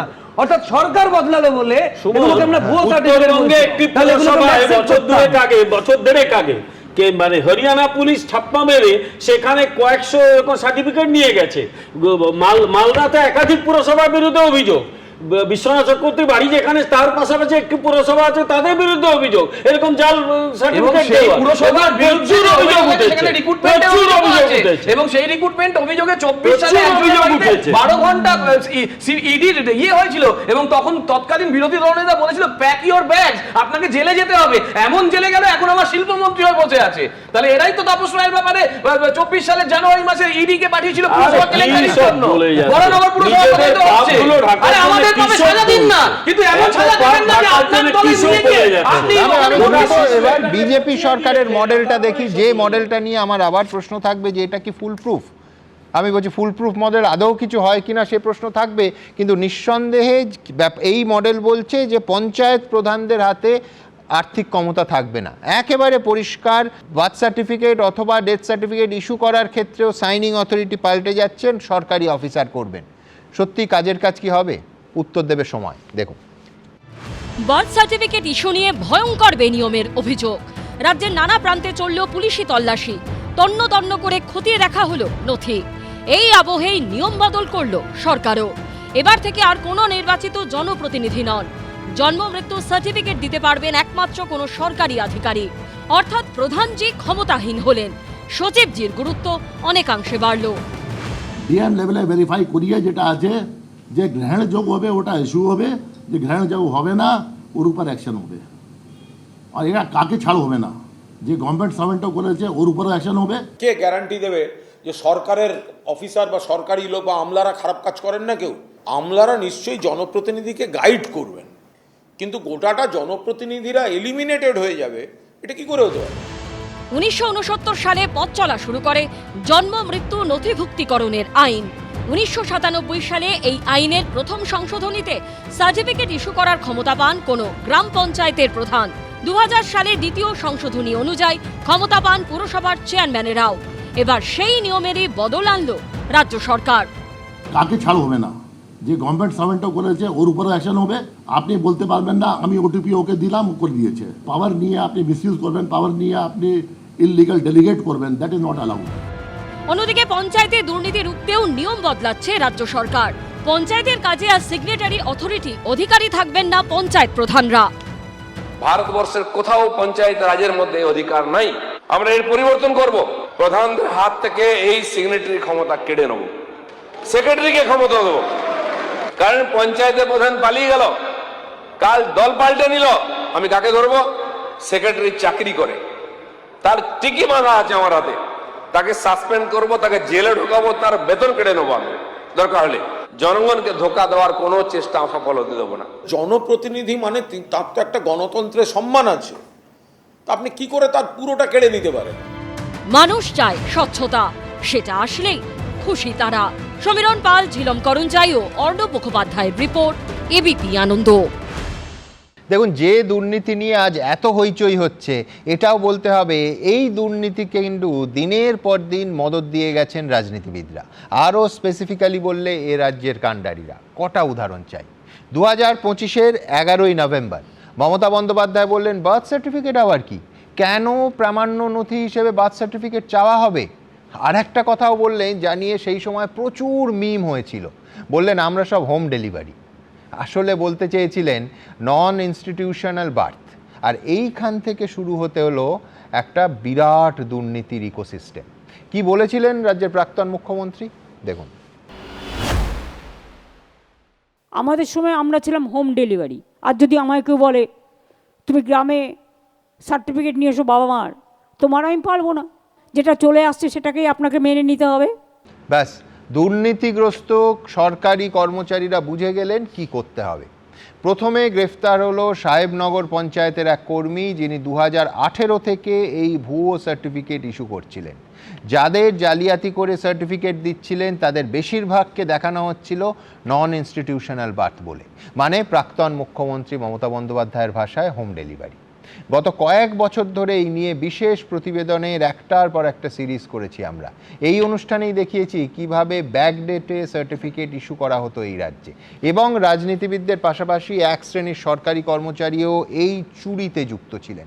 আপনাদের মনে থাকবে মুর্শিদাবাদের খড়গ্রামের বিএমওএইচ এই ধরনের একজন অভিযোগে তাকে ছুটিতে পাঠানো হয়, এফআইআর হয়, সিআইডি তদন্ত শুরু হয়। আবার আসল প্রশ্নে এইবার আসবো। কেউ জানে না যে কতজন বাংলাদেশি অনুপ্রবেশকারী এই জাল বার্থ সার্টিফিকেটের হাত ধরে আমাদের দেশের ভোটার তালিকায় ঢুকে পড়েছে এবং যাবতীয় সরকারি সুযোগ সুবিধা নিয়ে যাচ্ছে আমার আপনার করের টাকায়। কৃষ্ণদার কি মনে হয়? সুমনদা, পুরো বিষয়টায় প্রশাসক হিসাবে মমতা বন্দ্যোপাধ্যায় যখন বার্তা দিয়েছেন যে আমাদের সব হোম ডেলিভারি বার্থ সার্টিফিকেট যারা ইস্যু করেন, তখনই তারা বুঝে গেছেন যে আমার রাজনৈতিক প্রশাসক কি বলতে চাইছেন। ফলে এসআইআর পর্বে ঢালাও মানে সার্টিফিকেট পুরসভাগুলো দিয়েছে, পঞ্চায়েতগুলো দিয়েছে, কলকাতা কর্পোরেশন তো প্রায় এমন লাইন লাগিয়ে দিয়েছিল ভাবা যায় না। বিমলদার সাথে একটা ব্যাপারে আমি ভিন্ন মত পোষণ করি। ওই হেল্প ডেস্ককে কিন্তু মনে রাখবেন এমনি এনে চেয়েছে আর দিয়ে দিয়েছে তা নয়, ওখানেও কাঞ্চন মূল্যের বিনিময়ে হয়েছে, টাকার বিনিময়ে হয়েছে। আপনার মনে থাকতে পারে আমি আপনার স্টুডিওতে বলেছিলাম যে 6,000 টাকায় মা বিক্রি হয়, 6,000 টাকায় মা বিক্রি হয়। এন্টার এলাকাগুলোতে, বর্ডার এলাকাগুলো যাবেন, বা যখন অনুপ্রবেশ করে আসলো, এই পারে আসলো, এসেই প্রথমে একটা মানে ধার মা ধার বাবা খুঁজতো, কারণ তার পরিচয়পত্রকে ব্যবহার করে সার্টিফিকেটগুলো পাবেছে। ফলে এইটা ইনস্টিটিউশনাল ফর্মে গিয়েছিল। মমতা বন্দ্যোপাধ্যায়, দেখুন, প্রথমত আমি বলবো যে এই ভুয়ো বার্থ সার্টিফিকেট ইস্যু, এটা কিন্তু মানে আমলাতন্ত্রের মাধ্যমেও চলছিল। মানে মনে করেন আপনি টাকা দিলেন, একটা দালাল চক্র আছে, তারা কিন্তু সার্টিফিকেট করে দিত, এটা আমরা জানি। কিন্তু পলিটিক্যাল মাস্টাররা মানে একেবারে সরাসরি মমতা বন্দ্যোপাধ্যায়ের মতো মানুষরা যখন মানে খুল্লা ছাড় দিচ্ছে, তখন এটা কার্যত বলা যায় প্রাতিষ্ঠানিক দুর্নীতিতে পরিণত হলো। এই প্রাতিষ্ঠানিক দুর্নীতি এমন পর্যায়ে গেছে যে বার্থ সার্টিফিকেটের উপর দাঁড়িয়ে বা জন্মের হারের উপর দাঁড়িয়ে দেশে পরিকল্পনা তৈরি করা হয়, দেশের ডেভেলপমেন্টের কাজকর্ম করা হয়, সেটা কিন্তু সরাসরি আঘাত আসলো। এটা দুটোভাবে আমাদের রাজ্যে হয়েছে। একটা হলো এসআইআরে যে কোনো মূল্যে ভোটার মানে মমতা বন্দ্যোপাধ্যায়ের যে ভোট ব্যাংক, সেই ভোট ব্যাংক রক্ষা করবার জন্য তিনি এলাকার পর এলাকা ভুয়ো সার্টিফিকেট কার্যত তার নির্দেশেই এটা কিন্তু চারিদিকে ছড়িয়ে গিয়েছিল। মানে এসআইআরে পরিষ্কার মমতা বন্দ্যোপাধ্যায়ের যে ভোট ব্যাংক, সেইটা সুরক্ষা দেওয়ার জন্যই কিন্তু এই ভুয়ো বার্থ সার্টিফিকেট, এই যে আপনি দেখাচ্ছেন যে 2025 সালে এসে 3 গুণ বাড়ছে, আর 26 সালে 3 মাসের মধ্যে সেটা 10 গুণ বাড়ছে।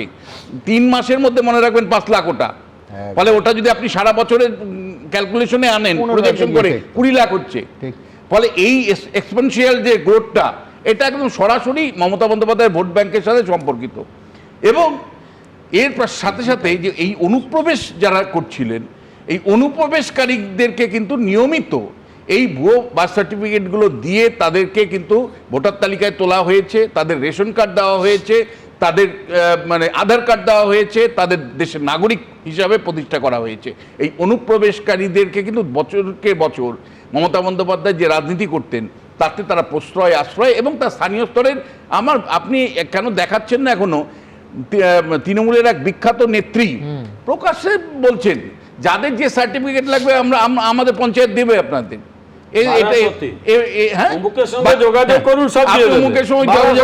আমরা প্রায় এই ধরনের বক্তব্য শুনতাম। কিন্তু সুমন, আমি যেটা বলতে চাই আপনাকে, যে পুলিশ আজকে সারা রাজ্য জুড়ে বার্থ সার্টিফিকেট জাল কিনা খুঁজে বার করছে, সেই পুলিশের নাকের ডগাই তো জাল সার্টিফিকেট হয়েছে। তার মানে কোনো একটা জায়গায় ইনস্টিটিউশন কিন্তু প্রশ্ন আছে, কোনো একটা জায়গায় লিডারশিপের প্রশ্ন আছে। আমি প্রশংসা করছি মুখ্যমন্ত্রীকে। আমার মনে আছে এসআইআর পর্বে যখন তৃণমূল কার্যত তার মানে জাল ভোট মানে বার্থ সার্টিফিকেট ছড়িয়ে দিচ্ছিল, তখন শুভেন্দু অধিকারী দাঁড়িয়ে বলছিল যে আমরা ক্ষমতায় আসলে কোথা থেকে জাল সার্টিফিকেটগুলো তৈরি হচ্ছে, কিভাবে তৈরি হচ্ছে তা তদন্ত করব এবং শাস্তির ব্যবস্থা করব। থ্যাঙ্কস টু মুখ্যমন্ত্রীকে যে তিনি তার অন্ততপক্ষে যে কথা দিয়েছিলেন সেই কথা তিনি রক্ষা করেছেন। সারা রাজ্য জুড়ে আজকে বিভিন্ন পুরসভাতে যে তদন্ত চলছে, যেভাবে ছানবিন চলছে, তাতে নিশ্চয়ই ভুয়ো ধরা পড়বে। কিন্তু আমার যে প্রশ্নটা, যে সিস্টেমটা কিন্তু আপনাকে যদি সত্যিই রিফর্ম করতে হয়, তাহলে কিন্তু আপনাকে ভাবতে হবে যে সত্যি শুধুমাত্র আমলাদের হাতে সমস্ত ক্ষমতাটা দিয়ে আমরা কি দুর্নীতি মুক্ত করতে পারবো? কারণ এই পুলিশই তো তার নাকের ডোকাই তো কয়েক মাস আগে মমতা বন্দ্যোপাধ্যায়ের শাসনকালে এই পুলিশের সামনেই এই জাল সার্টিফিকেট ছড়িয়ে গেছিল। আবার আজকে সেই পুলিশই তদন্ত করছে, ওই আমলাতন্ত্রই আমলারাই আজকে সরব হচ্ছে। সেই আমলারাই আবার মমতা বন্দ্যোপাধ্যায় যখন শাসন ক্ষমতায় ছিলেন তারা দুর্নীতি করে বার্থ সার্টিফিকেট দিয়েছেন। তার মানে কোনো একটা জায়গায় পলিটিক্যাল উইল খুব ইম্পর্টেন্ট। এই জায়গাতেই আমি আপনাকে আসতে চাই। দেখুন সুমনদা, সারা দেশ আজকে উত্তোলিত নিটকে কেন্দ্র করে যে মানে বারবার প্রশ্নপত্র ফাঁস হচ্ছে, যেভাবে এক ধরনের দালাল চক্র সেখানেও গড়ে উঠেছে, মানে বেসরকারি যে কোচিং ক্যাম্পগুলোর সাথে তারা যেভাবে প্রশ্নপত্র লাখ লাখ টাকার বিনিময়ে বিক্রি করছে, এটা নিয়ম হয়ে গেছে বছরকে বছর, এবং 20 জন ছাত্রছাত্রী আমাদের মারা গেছে। আমার প্রশ্ন হচ্ছে যে সেই জায়গাতে মানে নরেন্দ্র মোদী, অমিত শাহরা তারা কেন প্রাতিষ্ঠানিক এই দুর্নীতিটাকে দমন করতে পারছেন না, এবং তারা রেসপন্স করছেন না কেন? আমার প্রথম প্রশ্ন, তারা কেন দিনের পর দিন চুপ করে থাকলেন? 22 দিন সোনম ওয়াংচুর যখন করলেন, অনশন থাকলেন, তারপরে যখন জনমত বিপুল পরিমাণে আসলো, তারপরে এখন তারা বলছেন আলোচনা করব, তারপরে ওনারা বলছেন যে লোকসভাতে আলোচনা করব, রাজ্যসভায় আলোচনা করব, এবং নেতাদের সাথে কথা বলছেন। আমার প্রশ্ন, একটা সরকার কেন অ্যাকাউন্টেবল হবে না? একটা সরকার এতদিন পরে কেন রেসপন্স করবে? এতদিন পরে তো প্রধানমন্ত্রী বলছেন ফাস্ট ট্র্যাক করব, ফাস্ট ট্র্যাকের মাধ্যমে বিচার করব? আমার প্রশ্ন হচ্ছে, গতবার যখন হয়েছিল এই নিট দুর্নীতি, তখনই তো প্রধানমন্ত্রীর ফুল প্রুফে যাওয়া উচিত ছিল। আজকে তার সেই কারণে আমি বলছি যে শেষ পর্যন্ত কিন্তু মানে গণতন্ত্রে মানে বিরোধী রাজনৈতিক দল ভীষণ ইম্পর্টেন্ট। আমি বারবার যে প্রশ্নটা আপনার স্টুডিওতে বলি, যে দেশের কনটেক্সটে হোক, সেটা রাজ্যের কনটেক্সটে হোক, একটা বিরোধী যদি শক্তিশালী দল না থাকে এবং তাদের পাবলিক ইন্টারেস্টে যদি তারা প্রশ্ন না তোলেন, বারবার তাদের তুলতে হবে, সরকার তাতে অসন্তুষ্ট হবে, কিন্তু তারপরেও সরকারকে বারবার আয়নাটা দেখাতে হবে।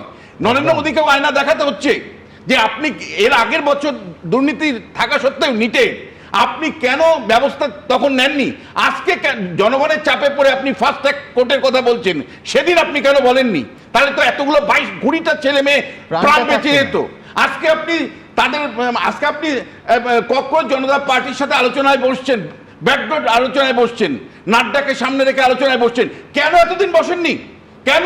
গণতন্ত্র তো অ্যাকাউন্টেবিলিটি দাবি করে, গণতন্ত্র তো দাবি করে। একদম বিরোধীদের কথা বলেন, বিরোধীদের এই রাজনীতি করার এখন যেটা বিজেপি অভিযোগ করছে, অবকাশটাই হতো না যদি ছাত্রদের কথা শুনে তারা react করতেন। আরেকটা ভাবুন, নিটের মতন পরীক্ষা, সেখানে যে ধরনের মেধাসম্পন্ন ছাত্ররা পরীক্ষা দেন, তাদেরকে বঞ্চিত করে যেভাবে প্রশ্নপত্র লিক হচ্ছে, প্রশ্নটা হচ্ছে নরেন্দ্র মোদী, অমিত শাহই তো জাতি গঠনের কথা বলেন, তাহলে জাতি গঠনের প্রশ্নে এই ছাত্রছাত্রীদের ভূমিকা বিরাট। এই ছাত্রছাত্রীরা যখন দাবি তোলেন, তখন তাদেরকে অ্যান্টি সোশ্যাল বলা হচ্ছে, তাদেরকে অ্যান্টি ন্যাশনাল বলে দেওয়া হচ্ছে, দাগিয়ে দেওয়া হচ্ছে। এটা কি ধরনের রাজনীতি? যে নিটের প্রশ্ন রক্ষা করতে পারবেন না আপনারা, ছাত্রছাত্রীরা মানে আত্মহত্যা করতে বাধ্য হচ্ছে। দুর্নীতি সিবিএসসিতে প্রতি বছর ধরা পড়ছে, সিবিএসসি দুর্নীতি, তারা যখন প্রশ্ন তুলছেন, সঙ্গে সঙ্গে তাদেরকে অ্যান্টি সোশ্যাল, অ্যান্টি ন্যাশনাল। এই বার্তাটা কি বার্তা দেয়? আমি এই নিয়ে বিস্তারিত আলোচনায় আসবো। পাশাপাশি এটাও বলতে হবে যে প্রায় 19 দিন নিশ্চুপ থাকলো কেন্দ্রীয় সরকার, শুধু একটার পর একটা ন্যারেটিভ বাজারে ছেড়ে দেওয়া হলো। ওরা প্রশ্ন তুলছে ওরা হচ্ছে ডিপ স্টেট, ওরা প্রশ্ন তুলছে ওরা হচ্ছে টুকরে টুকরে গ্যাং। তা ছিল না। ওই ছেলে মেয়েগুলোর একেবারে আমাদের আপনার ঘরের ছেলে মেয়ে ছিল, তারা প্রশ্ন তুলেছে, তাদের প্রশ্নের জবাব যদি সরকার দিত, তাহলে আজকে যে রাজনীতির অভিযোগ তোলা হচ্ছে বিরোধী দলের কাজই তাই। তারা নিঃসন্দেহে সরকার বিরোধী যদি কোনো আবেগ থাকে সেটা ইনক্যাশ করার চেষ্টা করবে। গণতন্ত্রে তো তাই হয়। আমি বলছি এই সুযোগটাই কেউ পেত না যদি সরাসরি ছাত্র এবং সরকার এক প্ল্যাটফর্মে এসে একে অন্যের হাত ধরতে পারত। সেই বাসটা কিন্তু মিস হয়েছে, এটা বাস্তব সত্য। আমি এখানে শুভময়দার কাছে আসার আগে দ্রুত একবার আপনাদের সামনে রাখবো, যেহেতু রাজ্যের দুর্নীতি নিয়ে এত কথা হচ্ছে, পাশাপাশি ওই প্রশ্ন ফাঁসের জাতীয় দুর্নীতিটাও একেবারে সেই ছবিটা দেখাবো। তার কারণ ছাত্র আন্দোলন কিন্তু ক্রমশ ছড়াচ্ছে, রাজ্যে রাজ্যে ছড়াচ্ছে। দেখুন, প্রশ্নপত্র ফাঁস চলবে না, লক্ষ লক্ষ পড়ুয়ার ভবিষ্যৎ নিয়ে ছিনিমিনি খেলা চলবে না। প্রায় প্রতি মাসে কোনো না কোনো পরীক্ষার প্রশ্ন ফাঁস চলবে না। চলবে না প্রশ্ন ফাঁসের নৈরাজ্য, আনতে হবে স্বচ্ছতা। এই দাবিতে দিল্লিতে শুরু হওয়া ছাত্র যুবদের আন্দোলন গোটা দেশে ছড়িয়ে পড়ছে। সোমবার দিল্লিতে আন্দোলনকারীদের ওপর দিল্লি পুলিশ যেভাবে লাঠি চালিয়েছিল, কাঁদানে গ্যাস ছড়েছিল, বর্বরতা নির্মমতার যে অভিযোগ উঠেছে, তার প্রতিবাদে কেন্দ্রীয় শিক্ষামন্ত্রীর পদত্যাগের দাবিতে দিল্লির পাশাপাশি আন্দোলন ছড়িয়ে পড়েছে কলকাতা থেকে কেরলম, বিহার থেকে রাজস্থান, মুম্বাই থেকে মধ্যপ্রদেশ, আগরতলা থেকে রাঁচি।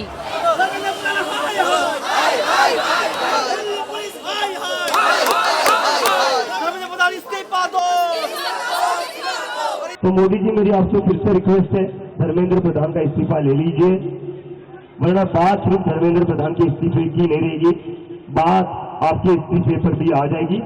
নিটের মতো সর্বভারতীয় এলিট পরীক্ষার প্রশ্ন ফাঁস ঘিরে উত্তাল দেশ। শিক্ষামন্ত্রী ধর্মেন্দ্র প্রধানের ইস্তফার দাবি, পরিবেশ কর্মী সোনম ওয়াংচুকের অনশন, যা ঘিরে উত্তপ্ত দিল্লি, উত্তপ্ত সংসদ। এরই মধ্যে বুধবার রাতে পুলিশের সঙ্গে বিক্ষোভকারীদের সংঘর্ষে নতুন করে উত্তপ্ত হয়ে ওঠে দিল্লির যন্তর মন্তর চত্বর। সন্ধ্যে থেকেই শুরু হয়েছিল ভিড়। নিকটবর্তী ইন্ডিয়া গেট এলাকাতেও বিপুল সংখ্যক মানুষের উপস্থিতি দেখা যায়। তারপরই ধুন্ধুমার পরিস্থিতি তৈরি হয়। We are here to stand with the students. We are here to stand on the side of justice. এরই মধ্যে রাজধানী ছাড়িয়ে আন্দোলনের ঢেউ পৌঁছে গেছে কলকাতায়।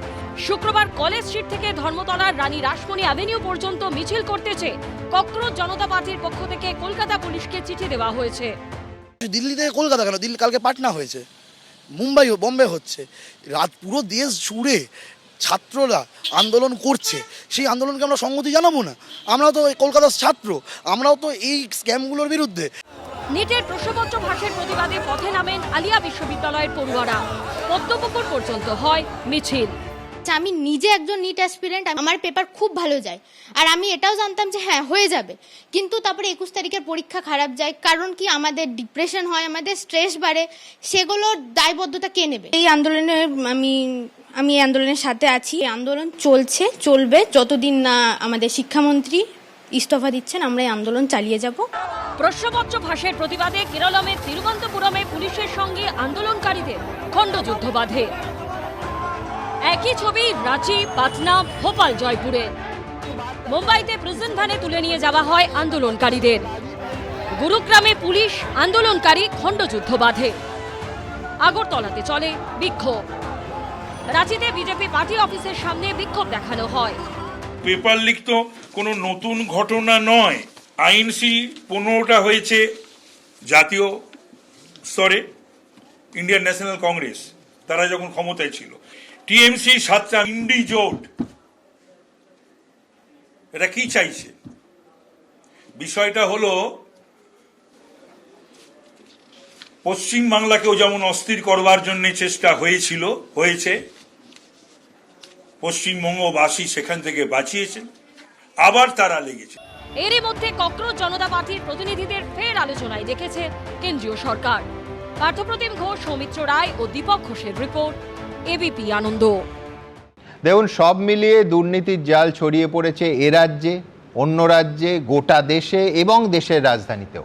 পশ্চিমবঙ্গ সরকার বলছে স্যাম্পল টেস্টে দেখা যাচ্ছে ইস্যু হওয়া 47,000 বার্থ সার্টিফিকেটে প্রায় 25%ই ভুয়ো। তার তদন্তেই আজ রাজ্য জুড়ে এইসব অসংখ্য রেট চলছে। আপনাদের মনে থাকবে, এই অনুষ্ঠানেই দেখিয়েছি তৃণমূল পরিচালিত কদম্বগাছি গ্রাম পঞ্চায়েত এলাকায় বিভিন্ন ঠিকানায় সবথেকে বেশি জাল বার্থ সার্টিফিকেট পাওয়া গেছে। কিন্তু জালিয়াতি আর দুর্নীতি কি শুধু পশ্চিমবঙ্গের গ্রাম পঞ্চায়েতে? গোটা দেশে 10 বছরে 152টা পরীক্ষার প্রশ্ন ফাঁসের অভিযোগ উঠেছে। নিটের গোটা পরীক্ষাটাই বাতিল করতে হলো প্রশ্ন ফাঁসের জন্য। কত মেধাবী ছেলেমেয়ে, আমার আপনার ঘরের সেই রকম ছেলেমেয়ে, তারা আত্মহত্যা করলো হতাশার জারা জুড়োতে। তারপরও নির্মম উদাসীনতায় কার্যত ছাত্র আন্দোলনকে উপেক্ষা করলো এই সরকার। তার 20 দিন পর ততোধিক নির্মমতায় সেই আন্দোলন দমন করার চেষ্টা হচ্ছে। লাঠি থেকে কাঁদানে গ্যাস চলছে নির্বিচারে। আজ যদি বিরোধীরা এই ইস্যুতে রাজনীতি করে, আবার বলছি, তাহলে বলতেই হয় সেই সুযোগ তো করে দিয়েছে কেন্দ্রীয় সরকারের নীরবতা, আর কিচ্ছু না। হ্যাঁ, আবার বলছি, একজন ধর্মেন্দ্র প্রধান পদত্যাগ করলে আর মোদী সরকার আর একজন অধর্মেন্দ্র প্রধান, ধরা যাক, তাকে শিক্ষামন্ত্রী করলেন, তাতে কি যায় আসে? সুতরাং আমার কাছে ব্যক্তির পদত্যাগ বড় নয়, অনেক বড় হচ্ছে দায় নেয়া। অনেক বড় ইস্যু হচ্ছে এই পচে যাওয়া শিক্ষা ব্যবস্থাটাকে ত্রুটিমুক্ত করা, অন্তত করার চেষ্টাটা। কিন্তু এখনও সেই চেষ্টাটা দেখা যাচ্ছে না, না দায় নেয়ার, না সিস্টেমকে ফুল প্রুফ করার। শুভমাদা মানবেন? হ্যাঁ, সুমনবাবু, আজকে যে আলোচনার দুটো মূল বিষয়ের মধ্যে আমরা আছি। একদিকে হচ্ছে যে বার্থ সার্টিফিকেট, তার আমরা বারবার করে দেখতে পাচ্ছি যে তার অনেক কিছু গোলমাল হয়েছে, এবং প্রশ্ন লিক নিয়েও একটা আলোচনা একসঙ্গে চলছে, এবং দুটোর ক্ষেত্রেই যুক্তি আছে। যে ধরুন, তৃণমূলের যে ধরনের প্রতিযুক্তি হতো আমাদের আগে, যে গুজরাটে তো 31 বছর বিজেপি সরকারে আছে, তাহলে সেখানে কি কোনো বার্থ সার্টিফিকেট নিয়ে গোলমাল হয়নি? নিশ্চয়ই একটা খুঁজে পাওয়া যাবে, কেউ তো আটকাতে পারবে না। আবার একই রকমভাবে এই যে প্রশ্ন ফাঁস, পশ্চিমবঙ্গে কি হয়নি, আমার যতদূর মনে পড়ে আমাদের ঠিক পরের বছর বা আগের বছর অঙ্কের প্রশ্ন নিয়ে একটা গন্ডগোল হয়েছিল একেবারে বামফ্রন্ট সরকার তখন, এবং আমি দৃঢ়ভাবে বিশ্বাস করি 80-র দশকে বামফ্রন্ট সরকার মোটের ওপর একটা সুস্থ শিক্ষা ব্যবস্থা চালানোর চেষ্টা করছিল, তখনও প্রশ্ন ফাঁস হয়েছে। এবার গুরুত্বপূর্ণ কোন জায়গাটা, একটা হচ্ছে যে 25% বার্থ সার্টিফিকেটেই গোলমাল আছে। এই যে সংখ্যাটা, বা গত কয়েক বছরে 152টা পরীক্ষায় প্রশ্ন ফাঁস হয়েছে। এবার কেন প্রশ্ন ফাঁস বেশি হবে? সত্যিই তো, কারণ এখন জিনিসপত্র অনেক বেশি অনলাইনে এসে গেছে। বার্থ সার্টিফিকেটে গোলমাল অনেক বেশি হবে কারণ এখন কোনো একটা জিনিসের ছবি তুলে তাকে চট করে বদলে দেওয়া অনেক সহজ, ফলে এই ঘটনাগুলো ঘটবে। এবার আমরা কোন জায়গার থেকে বিষয়টা দেখব?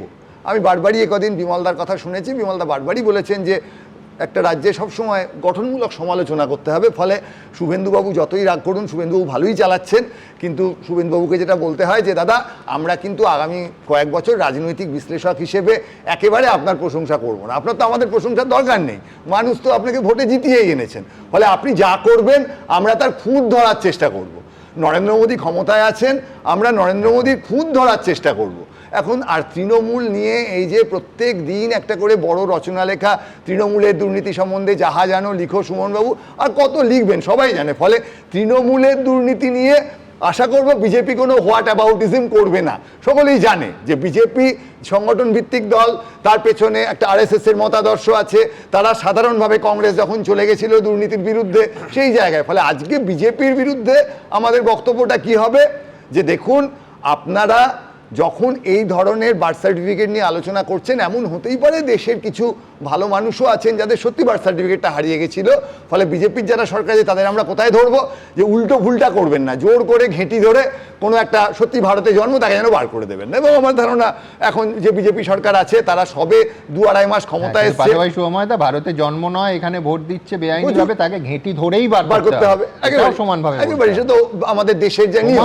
এবার এখানে খুব অদ্ভুত কিছু প্রশ্ন আসে শুনবো, এই যে রাজনীতিতে বা সমাজে শূন্য এক কিছু নয়। ধরুন বাংলাদেশ থেকে কোনো এক মহিলা গোপনে ঢুকে পড়লেন ভারতবর্ষে, তারপর কোনো এক উপন্যাসের চরিত্রের মতো একজন হিন্দু, তিনি ধরা যাক মুসলমান, কোনো এক হিন্দু বিজেপি সমর্থকের সঙ্গে তার বিবাহ হলো, তার একটি সন্তান হলো। এবার দেশ তার মতন করে ভাববে তার ছেলেপুলে হলে তাকে ভারতের নাগরিক করবে কি করবে না, সেটা এই সেটা তো সময় সাল সব দেখতে হবে। দেশের যে নিয়ম আছে, পাসপোর্ট, তার যে ডকুমেন্ট, আইন আছে, এই ভারতবর্ষেই আছে, একেবারে দেশ সেই অনুযায়ী ভাববে। এবং সেইখানে কিছু মানুষ বলবেন রাষ্ট্র একটু সমবেদনা দৃষ্টিতে দেখো, কেউ বলবেন না এটা করা যাবে না। সারা বিশ্ব জুড়ে দক্ষিণপন্থী বামপন্থী রাজনীতি, তার ভাবনা। নরওয়েতে একরকম বিয়ে করলে এক ধরনের ঘটনা ঘটে, আমেরিকা এক ধরনের ঘটে, ভারতে এক ধরনের ঘটে। অন্য জায়গায় শুভেন্দুবাবুর কাছে যে বিষয়গুলো আমরা বারবার বলবো না, তিনি সদ্য ক্ষমতায় এসছেন, আর নরেন্দ্র মোদীরা কিন্তু এবার তৃতীয়বারের ক্ষমতায়। ফলে এই যে ইন্টারনেট এসছে, সফটওয়্যার এসছে, এর যে কি গোলমাল হতে পারে, এই যে সিবিএসইর খাতাগুলো মানুষের কাছে খাতাগুলো না পাঠিয়ে সেটাকে পাতার পর পাতা স্ক্যান করে ফেললাম, কোটি কোটি পাতা স্ক্যান।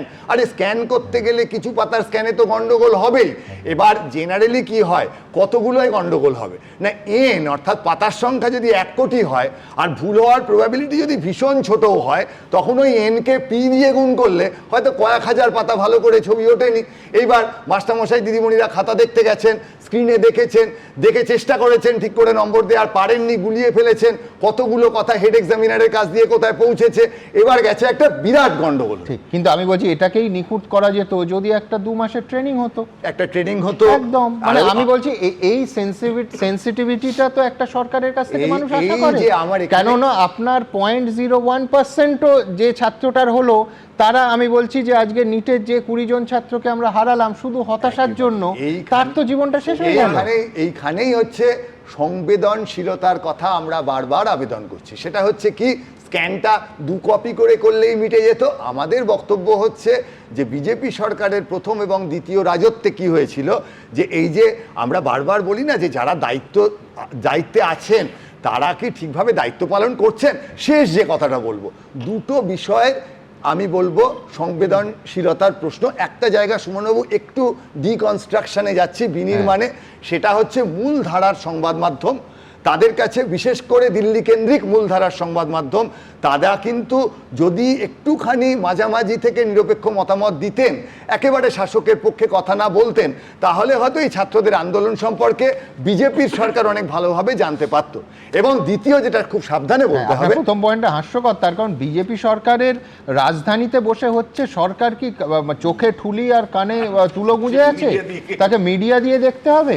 ঠিক, তার মানে মিডিয়া যে গণতন্ত্রের একটা স্তম্ভ, সে কিন্তু বিজেপি না দেখলেও সাধারণ মানুষের কাছে সেই দেখাটা যদি ঢাকা দিয়ে দেয়। এবং আমি আপনাকে জানিয়ে রাখি, যুগে যুগে এই জিনিস হয়েছে। ধরুন 34 বছরের বামফ্রন্ট সরকার, তারা কি করলো, মিডিয়ার একটা সংবাদ চ্যানেলের সমস্ত দায়িত্ব নিয়ে নিল।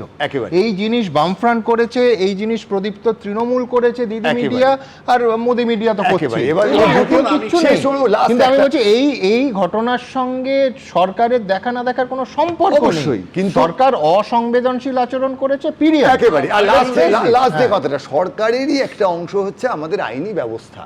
আমি বলছি যে সমস্যাগুলো, এই আরশোলা শব্দের ব্যবহার, আমি ছবিগুলো দেখব কি দেখব না, অর্থাৎ সম্পূর্ণ আমাদের বিচার ব্যবস্থার ওপর সম্মান রেখে আমি বলছি সরকার মানে প্রশাসন বাদেও তার যে মূল দুটো স্তম্ভ সংবাদ মাধ্যম এবং বিচার ব্যবস্থা, তারা কি কোনো কারণে কেন্দ্রের এই সরকারের সঙ্গে দূরত্বটা খুব কমিয়ে ফেলছে, যে কারণে কিন্তু সংবেদনশীলতার অভাব হচ্ছে সরকারের। ফলে সরকারকে সতর্ক হতে হবে এবং দেশের অন্যান্য যে অর্গানাইজেশন যারা গণতন্ত্রের স্তম্ভ তাদেরও কিন্তু সতর্ক হওয়ার একটা দায়িত্ব আছে। আমাদের রাজ্যে নন্দীগ্রামের গুলি চালনাকে সংবাদ মাধ্যমের একটা অংশ এই রাজ্যে সমর্থন করেছে। বকটুইতে 12টা মানুষ জীবন্ত পুড়ে গেছে, এই রাজ্যের সংবাদ মাধ্যম মমতা বন্দ্যোপাধ্যায়কে সমর্থন করেছে। মানে শুভময়দা যেদিকে অঙ্গুলি নির্দেশ করেছে আমি সম্পূর্ণ একমত, দ্বিমত হওয়ার কোনো জায়গা নেই। কিন্তু আমার বক্তব্য সরকারের চোখ আর কান মিডিয়া নয়, তার একটা প্রজন্ম সেই সরকারের থেকে মুক্তি দিয়ে দিচ্ছে। সেই দিন ছাত্ররা যখন মানে সংসদ ঘেরাবের ডাক দিল, সরকার কি করলো? সরকার তার ইন্টেলিজেন্স টোটাল ফেল করলো। কত ছাত্র আসবে সে কিছু আন্দাজি করতে পারলো না। বেধড়ক লাঠি চার্জ করলো, একদম মানে কয়েকশো ছেলে মেয়ে হাসপাতালে, এখনো হাসপাতালে লড়াই করছে। কেউ করলো শুধু নয়, কাল রাত অবধি করেছে, কালকে রাতেও করেছে ধারাবাহিক। এবং শুধু তাই নয়, আমি ইন্টারনেট বন্ধ করে দিলাম, 16টা মেট্রো স্টেশন বন্ধ করে দিলাম, আমি চোখ বন্ধ করলাম, কান বন্ধ করলাম। প্রলয় কি বন্ধ হবে? তুমি শুরুর থেকেই সংবেদনশীল ছিলে না, উড়িয়ে দিয়েছো, অ্যান্টি সোশ্যাল বলেছো, অ্যান্টি ন্যাশনাল বলেছো, দিনের পর দিন একটা ভুয়ো গল্প বলেছে, একদম দিনের পর দিন ডিপ স্টেটের গল্প শুনিয়েছে, ন্যারেটিভ ফলস ন্যারেটিভ করেছে। অথচ সমস্যাটা সমাধান করবার জন্য যে আলোচনা করা দরকার, যে সংবেদনশীলতা দরকার ছিল, সেটা করেনি। যেভাবে পুলিশ সেদিন পিটিয়েছে সোমবার দিন রাত্রেবেলা, কালকেও পিটিয়েছে যেভাবে, আজকে আমার এই রাজ্যে হলে আর তৃণমূলের শাসন এই রাজ্যে হলে বিমল দেরা সেটা সমর্থন করতো।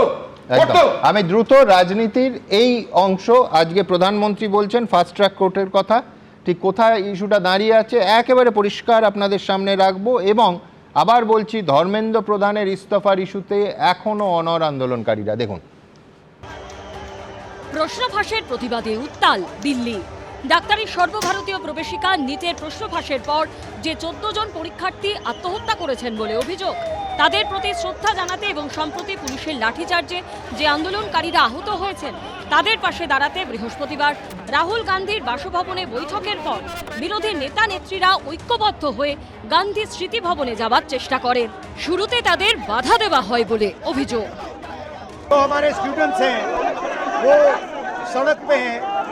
तो सारे के सारे ऑपोजिशन एमपीज को लगा कि हमें भी सड़क पे होना चाहिए, तो चाहते थे कि सारे के सारे ऑपोजिशन एमपीज इंडिया गेट जाएं, उन्होंने मना कर दिया, रोक दिया।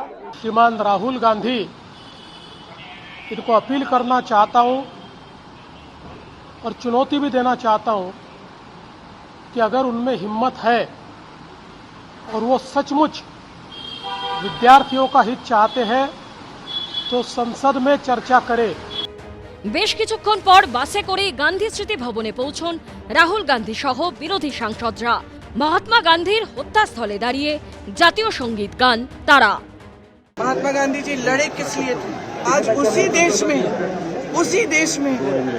देश के बच्चों को आप इसलिए पीट रहे हैं क्योंकि वो अपना अधिकार मांग रहे हैं। इसी देश में वो लोकतंत्र खत्म करने जा रहे हैं, उसके लिए वो अपना अधिकार मांग रहे हैं कि न्याय मांग रहे हैं। Arrests have been made. Today PM has announced that fast track process will be set roll, and those who have done this terrible crime against the young generation of our country will be punished at the earliest. When the government is willing to have full-fledged discussion in the House, come discuss. Ministers who are willing to answer, the leader of the House who is willing to speak. Congress party's intention is only disruption. They don't want solutions. বিরোধীদের ক্ষোভ বিক্ষোভ চলছে সংসদের ভেতরে বাইরে। বৃহস্পতিবার সংসদের বাইরে প্ল্যাকার্ড হাতে বিক্ষোভে সামিল হন বিরোধী জোটের সাংসদরা। একজোট হয়ে বিক্ষোভ দেখান রাহুল গান্ধী, প্রিয়ঙ্কা গান্ধী ও অখিলেশ যাদবরা। সামিল হন সোনিয়া গান্ধীও। सिस्टम में भरोसा टूट गया है, बच्चों का, स्टूडेंट्स का भरोसा टूट गया है। মঙ্গলবার প্রধানমন্ত্রী নরেন্দ্র মোদীর বাসভবনের কাছে ধর্ণা দেন রাহুল গান্ধী, প্রিয়াঙ্কা গান্ধী, অখিলেশ যাদবরা। তার প্রতিবাদে এদিন অধিবেশন শুরুর আগে সংসদ চত্বরে বিক্ষোভ দেখায় এনডিএ। সেই বিক্ষোভে দেখা যায় এনসিপিআই সাংসদ সুদীপ বন্দ্যোপাধ্যায় ও শতাব্দী রায়কে। এনডিএর বিক্ষোভ চলাকালীন সেখান দিয়ে যাচ্ছিলেন রাহুল গান্ধী ও প্রিয়াঙ্কা গান্ধী। রাহুল গান্ধীর নামে স্লোগান দিতে শুনে দাঁড়িয়ে যান প্রিয়াঙ্কা, পাল্টা স্লোগান তোলেন তিনিও।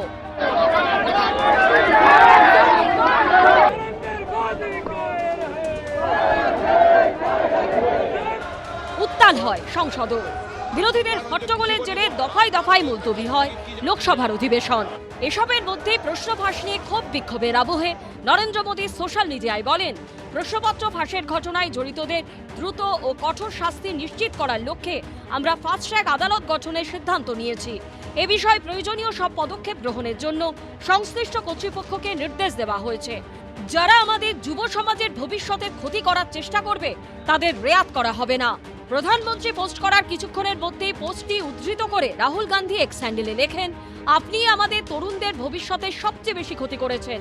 আপনারা আমাদের শিক্ষা ব্যবস্থাকে পুরোপুরি কবজা ও ধ্বংস করার সুযোগ দিয়েছেন এবং তাতে উৎসাহ জুগিয়েছেন। পাশাপাশি এর জন্য দায়ী প্রত্যেক ব্যক্তিকে আপনারা সুরক্ষা দিয়েছেন। পড়ুয়াদের দাবি পরিষ্কার, প্রথম ধর্মেন্দ্র প্রধানের ইস্তফা, দ্বিতীয় পড়ুয়াদের কাছে ক্ষমা চাওয়া ও তৃতীয় পড়ুয়াদের উপর অত্যাচার যারা করেছে তাদের বিরুদ্ধে ব্যবস্থা নেওয়া। বিজেন্দ্র সিংহের রিপোর্ট, এবিপি আনন্দ। ঠিক এইখানে দেখাবো যে এই বিষয় নিয়ে রাজ্যের মুখ্যমন্ত্রী শুভেন্দু অধিকারী কি বলছেন। এ সম্পর্কে প্রধানমন্ত্রী খুব স্পষ্ট বক্তব্য রেখেছেন। আমি প্রধানমন্ত্রীজির বক্তব্যকে আজকে সোশ্যাল মিডিয়াতে দিয়েছি। প্রধানমন্ত্রীর বক্তব্যই আমাদের সকলের বক্তব্য। আমরা আলাদা করে এই সম্পর্কে কোনো বক্তব্য রাখতে চাই না। আমরা প্রধানমন্ত্রীর বক্তব্যটাই সমাজের সব স্তরে পৌঁছে দিতে চাই। ভারতবর্ষে সুমহান গণতন্ত্র আছে। কেউ যৌক্তিক আন্দোলন করলে সরকার সেটা দেখবেন, কিন্তু অন্য কারো কোনো উদ্দেশ্য থাকলে বিনা নির্বাচনে সেটা সম্ভব নয়, এটাও মাথায় রাখতে হবে। গণতান্ত্রিক মিছিল মিটিং করলে অসুবিধা নেই, কিন্তু হোস্টেল থেকে জোর করে ছাত্রছাত্রীদের বের করলে গত পরশুদিন যাদবপুরে হয়েছে। আমাকে হোস্টেলের স্টুডেন্টরা বলেছে যে আমরা যেতে চাইনি, আমাদেরকে বাধ্য করিয়েছে। আমি আজকে ভিসিকে বলেছি, যাদবপুরের ভিসির সঙ্গে আমার ফোনে কথা হয়েছে, যে দেশ গণতান্ত্রিক দেশ, বাক স্বাধীনতা আছে, কিন্তু হোস্টেলের ছেলেদের জোর করে এসব করা যাবে না। আর মিছিল মিটিং তো আমরা অ্যালাউড। আমি বলছি গণতান্ত্রিক দেশে ছাত্রদের ঠিক যেমন জোর করে হোস্টেল থেকে নিয়ে যাওয়াটাও ঠিক নয়, তেমন পাশাপাশি প্রত্যেকের আন্দোলনের অধিকার আছে। আর এই বিষয়ে তো বটেই। মুখ্যমন্ত্রীর কথার সঙ্গে তো আমি কোথাও ভিন্ন মত পোষণ করছি না। গণতান্ত্রিক দেশে যেরকম গণতন্ত্রের আরেকটি বিষয় হচ্ছে আলাপ আলোচনা। এই যে আমরা এতগুলো লোক এখানে কিন্তু কথা বলছি, পরস্পরের যুক্তিকে খণ্ডন করছি। আমরা যদি ঘুষোঘুষি লাগিয়ে দিই সেটা খুব ভালো ভদ্র সমাজের হবে না। বারবার আমি খালি এই রাহুল গান্ধীকে প্রশ্ন করছি, আপনি আলোচনা থেকে পালাচ্ছেন কেন? এই একটা লিস্ট আমার কাছে রয়েছে, চাইলে আমি দেখিয়ে দিতে পারি। ওনার কংগ্রেসের আমলে কেন্দ্র এবং রাজ্যে যখন ক্ষমতায় আছেন কতবার কোশ্চেন লিক হয়েছে। আমি এখানে যাব না, কারণ এইসব তথ্য দিয়ে এইটাকে কোনো জাস্টিফাই করার চেষ্টা করছি না। কোশ্চেন লিক খারাপ। আমরা যুব সমাজের পক্ষে মাননীয় প্রধানমন্ত্রী বারবার বলছেন যে আটমোস্ট ইম্পর্টেন্স যুব সমাজের ওয়েলফেয়ারের জন্য আমাদের রয়েছে, এবং ইনসেনসিভিটির কথা উঠলো, বিশ্বনাথ তুল্য। 2024 সালে আইন তৈরি করা হয়েছে, public examination prevention of unfair means act 2024। আরেকটা fast track court, Bombay, Calcutta, Delhi, Madhya Pradesh high court, এখানে কিন্তু ফাস্ট ট্র্যাক কোর্ট হবে। আর সবচেয়ে বড় কথা, এই প্রথম কথা, দ্বিতীয়টা হবে তাতে হয়ে কি হবে জয়ন্ত বেটার বলতে পারবে। দুই হচ্ছে আইন কি করবে। আপনি আইন করলেন আর পর পর প্রশ্ন লিক হচ্ছে, এমন পর্যায়ে সেটা লোকালি নয়, সেন্ট্রাল পরীক্ষা সেটা বাতিল করে দ্বিতীয়বার নিতে হচ্ছে। সেন্ট্রাল পরীক্ষা আপনি নিজে অধ্যাপক, আপনি বলুন তো, আপনার একজন ছাত্র আজকে কি বার, তা বৃহস্পতিবার, সে যে মানসিকভাবে যে পরীক্ষা দিতে পারে, পরের বৃহস্পতিবার পরীক্ষা হলে ভালো হতে পারে, খারাপ হতে পারে, সে কেন এই হতাশার মধ্যে দিয়ে যাবে একবার পরীক্ষা দিয়ে? আমি তো আবার বলছি, এটাকে বন্ধ করার জন্য যতটা সম্ভব চেষ্টা চলছে, কিন্তু আমার প্রশ্ন, কেন বারবার ডিপ স্টেটের এজেন্টদের কথা বলা হচ্ছে? গতকাল আমি কিন্তু অনেক রাত অব্দি জেগে জেগে দিল্লিতে কি কাণ্ড হচ্ছে দেখেছি। পুলিশের দিকে বোতল ছোড়া হয়েছে, পাথর ছোড়া হয়েছে, পুলিশ যাতে রিটেলিয়েট করে সেটাকে দেখানো হবে। ছাত্রছাত্রীদের আপনি সেটা দেখলেন, কিন্তু পুলিশের লাঠিতে যে পেরেক লাগানো ছিল সেটা কোন আইনে ভারতবর্ষে হয় এটা দেখলেন না। লাঠিতে পেরেক ছিল কিনা সেটা কিছু লোক রটাচ্ছে, ওটা আপনিও দেখেননি, আমিও দেখিনি। দ্বিতীয় কথা বলছি, আপনাদের অনেক সাংবাদিক, মহিলা সাংবাদিক, যেভাবে একদল লোক নোংরামি করেছে ওই আন্দোলনের নামে, আপনি সেটা কিভাবে নিচ্ছেন? না, অত্যন্ত খারাপ। তাতে ইস্যুটা বিন্দুমাত্র বরঞ্চ আমি আপনাকে মনে করিয়ে দেবো যে এই ধর্মেন্দ্র প্রধান গোটা দেশ, যদিও আমি তার সঙ্গে আবার বলছি দ্বিমত, একজন ধর্মেন্দ্র প্রধান সরে অধর্মেন্দ্র প্রধান এলে কিচ্ছু লাভ হবে না, লাভ হবে সিস্টেমটাকে পিউরিফাই করলে। কিন্তু যে ধর্মেন্দ্র প্রধানের রাজনৈতিক উত্থান হয়েছিল একটা ছাত্র আন্দোলন থেকে, আমি বলছি সেই আন্দোলনের ছবি যদি আপনি পুরনো কাগজে দেখেন একই রকম উত্থান হয়েছিল। লাস্ট কথা হচ্ছে কালকে এবং বিভিন্ন সোশ্যাল মিডিয়ায় দেখবেন এসেছে নরেন্দ্র মোদীর বাপ মা তুলে গালি দিচ্ছে, এটাও আন্দোলন, এটাও তো আন্দোলনের নামে হচ্ছে। কারা গেছে বলে যে এটা লাস্ট লাইন আমার, তৃণমূল কংগ্রেস যে রাজ্য পরীক্ষাটাকে তুলে দিয়ে চুরি সাম্রাজ্য করেছিল, এখনো 26,000 মানুষ কাঁদছে, ওদের চোখের জলে ওরা ক্ষমতা থেকে চলে গেছে। সমাজবাদী পার্টি যাদের লক্ষ্য 2027-এ উত্তরপ্রদেশে কিছু একটা করা এবং উত্তরপ্রদেশে অবাধে গণটোকাটুকির একটা বড় সিস্টেম ওরা তৈরি করেছিল। আমার মনে আছে যখন উত্তরপ্রদেশের প্রাক্তন মুখ্যমন্ত্রী সবাই বাবরি মসজিদ বা ভাঙার ব্যাপারে কল্যাণ সিংকে দায়ী করে, উনি ওখানে পরীক্ষা হলে টোকাটুকি করাটাকে অপরাধ ঘোষণা করেছিলেন, এরা ক্ষমতায় এসে ওটাকে উল্টো করেছিল। সেই জন্যই তো দাদা 2014 সালে দেশের লোক কংগ্রেসকে ঘাট ধাক্কা দিয়ে নরেন্দ্র মোদীকে 2014 সালে প্রধানমন্ত্রী করেছিলেন, যে ছবিটা তিনি পাল্টাবেন বলে। আমরা পাল্টানো পাল্টাবো, আবার আমি বলছি পাল্টাচ্ছি, অনেকটাই পাল্টেছে, কিন্তু দয়া করে ওই তৃণমূল বা ওই এসপি সমাজবাদী পার্টি, কিন্তু আমি বলছি আবার রাহুল গান্ধীর মতো একদম, আমি বলছি বিমলদা বলছেন যে পাল্টাবো, আবার বলছে অরিজিৎ সিং এর গানের মতো আর কবে আর কবে। খুব দ্রুত ওয়ান লাইনার যে খানে কে দাঁত আলাগ আর দিখানে কে দাঁত আলাগ, আমি একটা প্রমাণ করে দিই। ওরা অতি সত্বর এই 19 তারিখে একটা অর্ডার পাস করেছে, অর্ডার জনসমক্ষে এনেছে। ন্যাশনাল সিকিউরিটি অ্যাক্ট 1980 বলে, ওরা বলছে 19/7/2026 থেকে 18/10/2026, ভাবো 19/7/2026 থেকে 18/10/2026-এ ডিটেনিং অথরিটিকে কমিশনার অফ পুলিশ দিল্লির ডিটেনিং অথরিটি। আমি বলছি ফাস্ট ট্র্যাকে আদৌ কোনো কাজ ছাত্র আন্দোলন ছিল, তোমরা কি করেছো গোটা দেশ দেখেছে। প্রথম কথা হচ্ছে ফাস্ট ট্র্যাক কোর্ট করবো তো পরে, আগে তো আমরা অপরাধটাকে ধরবো। বারবার একই ধরনের অপরাধ হয়ে যাচ্ছে অথচ ধরতে পারছি না। মাননীয় প্রধানমন্ত্রী কিন্তু ভবিষ্যতে অপরাধটা আর হবে না এ কথা কিন্তু বললেন না, উনি বললেন ফাস্ট ট্র্যাক কোর্ট করবো। সুমন, এটা কথার কথা নয়, আমি বলছি প্রতিশ্রুতি নয়, যেখানে ট্র্যাক রেকর্ড এই এবং প্রতি বছর প্রশ্ন লিক হওয়াটা নিয়মে হয়েছে, সেখানে তো স্পষ্ট পদক্ষেপ বলতে হবে। আমি সেটাই তো বলছি যে সেই জন্য তো ছাত্র সমাজকে আরো ক্ষিপ্ত করে তুললো যে ভবিষ্যতে এই অপরাধটা হবে না, সে প্রতিশ্রুতি আপনি দিতে পারলেন না। দ্বিতীয় কথা, ফাস্ট ট্র্যাক কোর্ট সারা রাজ্যে সারা দেশে রয়েছে, অথচ না জজ সাহেব রয়েছেন, না একতারা কাগজ স্যাংশন হয়েছে, কোনো লাভই হচ্ছে না। না, এত বড় একটা স্ক্যাম হলো এবং সিস্টেমেটিক্যালি হয়ে যাচ্ছে সুমন। এটা তো একটা এখন পর্যন্ত কোনো এফআইআর হয়েছে কিনা জানি না, এটা কে ইনভেস্টিগেশন করছে তা জানি না। আমি দ্রুত আবার ওই দুটো শব্দে ফিরবো, আর কবে। আর যার এই গান অরিজিৎ সিং, সলমান খান, আরিয়া ভাট, নাসিরুদ্দিন শাহ, কিন্তু আমি সেলিব্রিটি বা কৃতি মানুষদের কথাই বলছি না, আমি বলছি সাধারণ মানুষের কথা, যারা চাইছেন, যাদের ঘরের ছেলে মেয়েরা এবং এই এখানে স্টুডিওতে যারা বসে আছেন, দলমত নির্বিশেষে আমি নিশ্চিত যে প্রত্যেকে চাইছেন যে তাদের রাস্তায় নামতে যেন না হয়। রাস্তায় নেবে, রাস্তায় টেকে আন্দোলন করা কি কেউ চায়? আমি বলছি যে আবার বলছি, দ্বিতীয়বার বলছি, সম্ভবত তৃতীয়বার বললাম যে ধর্মেন্দ্র প্রধানের পদত্যাগ, সেখানে আরেকজন অধর্মেন্দ্র প্রধান বা অন্য কারুর আশাটা ইস্যুই নয়। ইস্যু হচ্ছে এই সিস্টেমটা যেটা একেবারে ঘুণ ধরে গেছে, সাদা চোখে দেখা যাচ্ছে, সেই সিস্টেমটা কি পাল্টাবে? কিন্তু সাধারণ মানুষের পাশাপাশি এবার অবশেষে অনেক অপেক্ষার পর 20 দিন পর কৃতি মানুষরাও মুখ খুলছেন। দেখুন, ছাত্রেরা পাক স্বাধীনতা চায়, ওরা হাঁটে যুক্তির রাস্তায়, সেই সড়কে অগাধ বিশ্বাস আমার, তাই সংহতি জানাই। সময় যত গড়াচ্ছে ততই অন্য মাত্রা পাচ্ছে যন্তর মন্তরের প্রতিবাদ।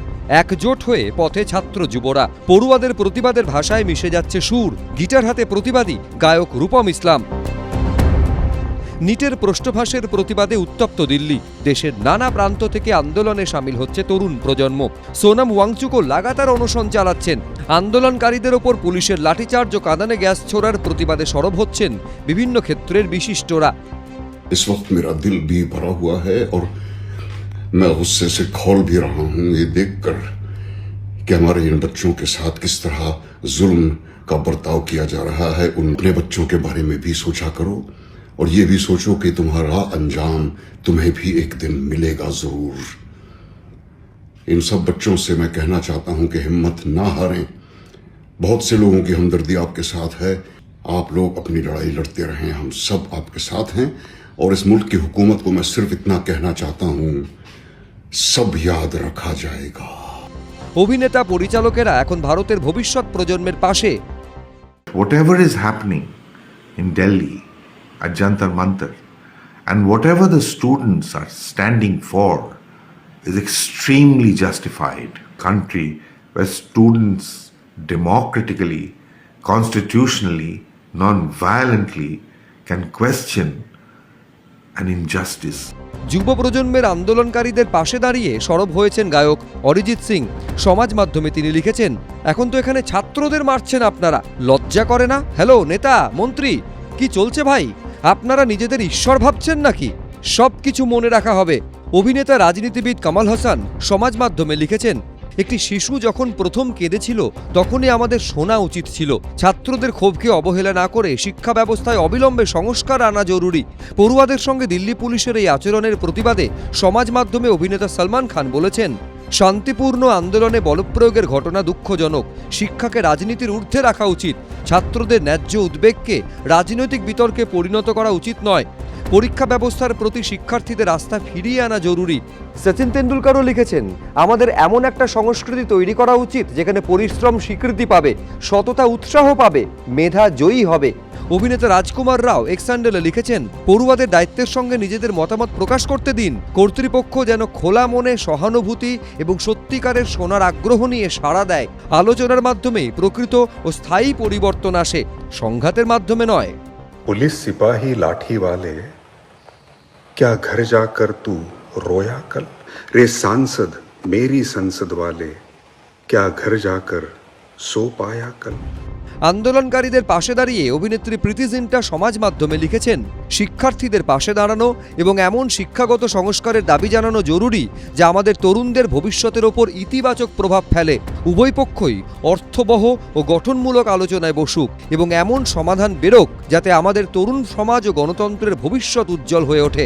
ইনস্টাগ্রামে অভিনেত্রী করিনা কাপুর লিখেছেন, কয়েকদিন ধরে আমি এই বিষয়টি নিয়ে ভেবেছি, কিন্তু আর চুপ থাকতে পারছি না। এত তরুণ তরুণীর কণ্ঠস্বর যারা শোনার জন্য আবেদন জানাচ্ছে, তাদের উপেক্ষা করা অসম্ভব এবং তাদের উপেক্ষাও করা উচিত নয়। সমাজ মাধ্যমে অভিনেত্রী টুইঙ্কেল খান্না লিখেছেন, এমন দেশের অংশ হতে পেরে গর্বিত যেখানে তরুণদের এখনও কাঁদানে গ্যাসের মোকাবিলা করার সাহস আছে। কিন্তু এই রকম পরিস্থিতি তৈরি হওয়া দুঃখজনক। অভিনেত্রী আলিয়া ভাটও সরব হয়েছেন। সমাজ মাধ্যমে তিনি লিখেছেন, তাদের ভবিষ্যৎ তাদেরই, আমাদের উচিত তাদের কথা শোনা। তাদের সাহস আমাকে বিনম্র করে। তারা শুধু নিজেদেরই প্রতিনিধিত্ব করছেন না, বরং যারা দেশের পাশে দাঁড়িয়েছেন তাদের সকলের কণ্ঠস্বর হয়ে উঠেছেন। অভিনেতা জিৎ লিখেছেন, প্রত্যেক যোগ্য পড়ুয়ার একটি ন্যায্য, স্বচ্ছ ও বিশ্বাসযোগ্য শিক্ষা ব্যবস্থা পাওয়ার অধিকার রয়েছে। ঘটনার জন্য যারা দায়ী তাদেরই জবাবদিহি করতে হবে। এটি যেন দায়িত্ব, জবাবদিহি ও স্থায়ী সংস্কারের মুহূর্ত হয়, রাজনৈতিক স্কোর পূরণের নয়। প্রতিক্রিয়া এসেছে ক্রীড়া মহল থেকেও। ভারতের প্রথম ব্যক্তিগত বিভাগে অলিম্পিক স্বর্ণপদকজয়ী অভিনব বিন্দ্রা লিখেছেন, এমন একটি শিক্ষা ব্যবস্থা গড়ে তোলা হোক যা আত্মবিশ্বাস জাগিয়ে তোলে। শিক্ষা ব্যবস্থা হোক স্বচ্ছ ও মেধাভিত্তিক। এবিপি আনন্দ।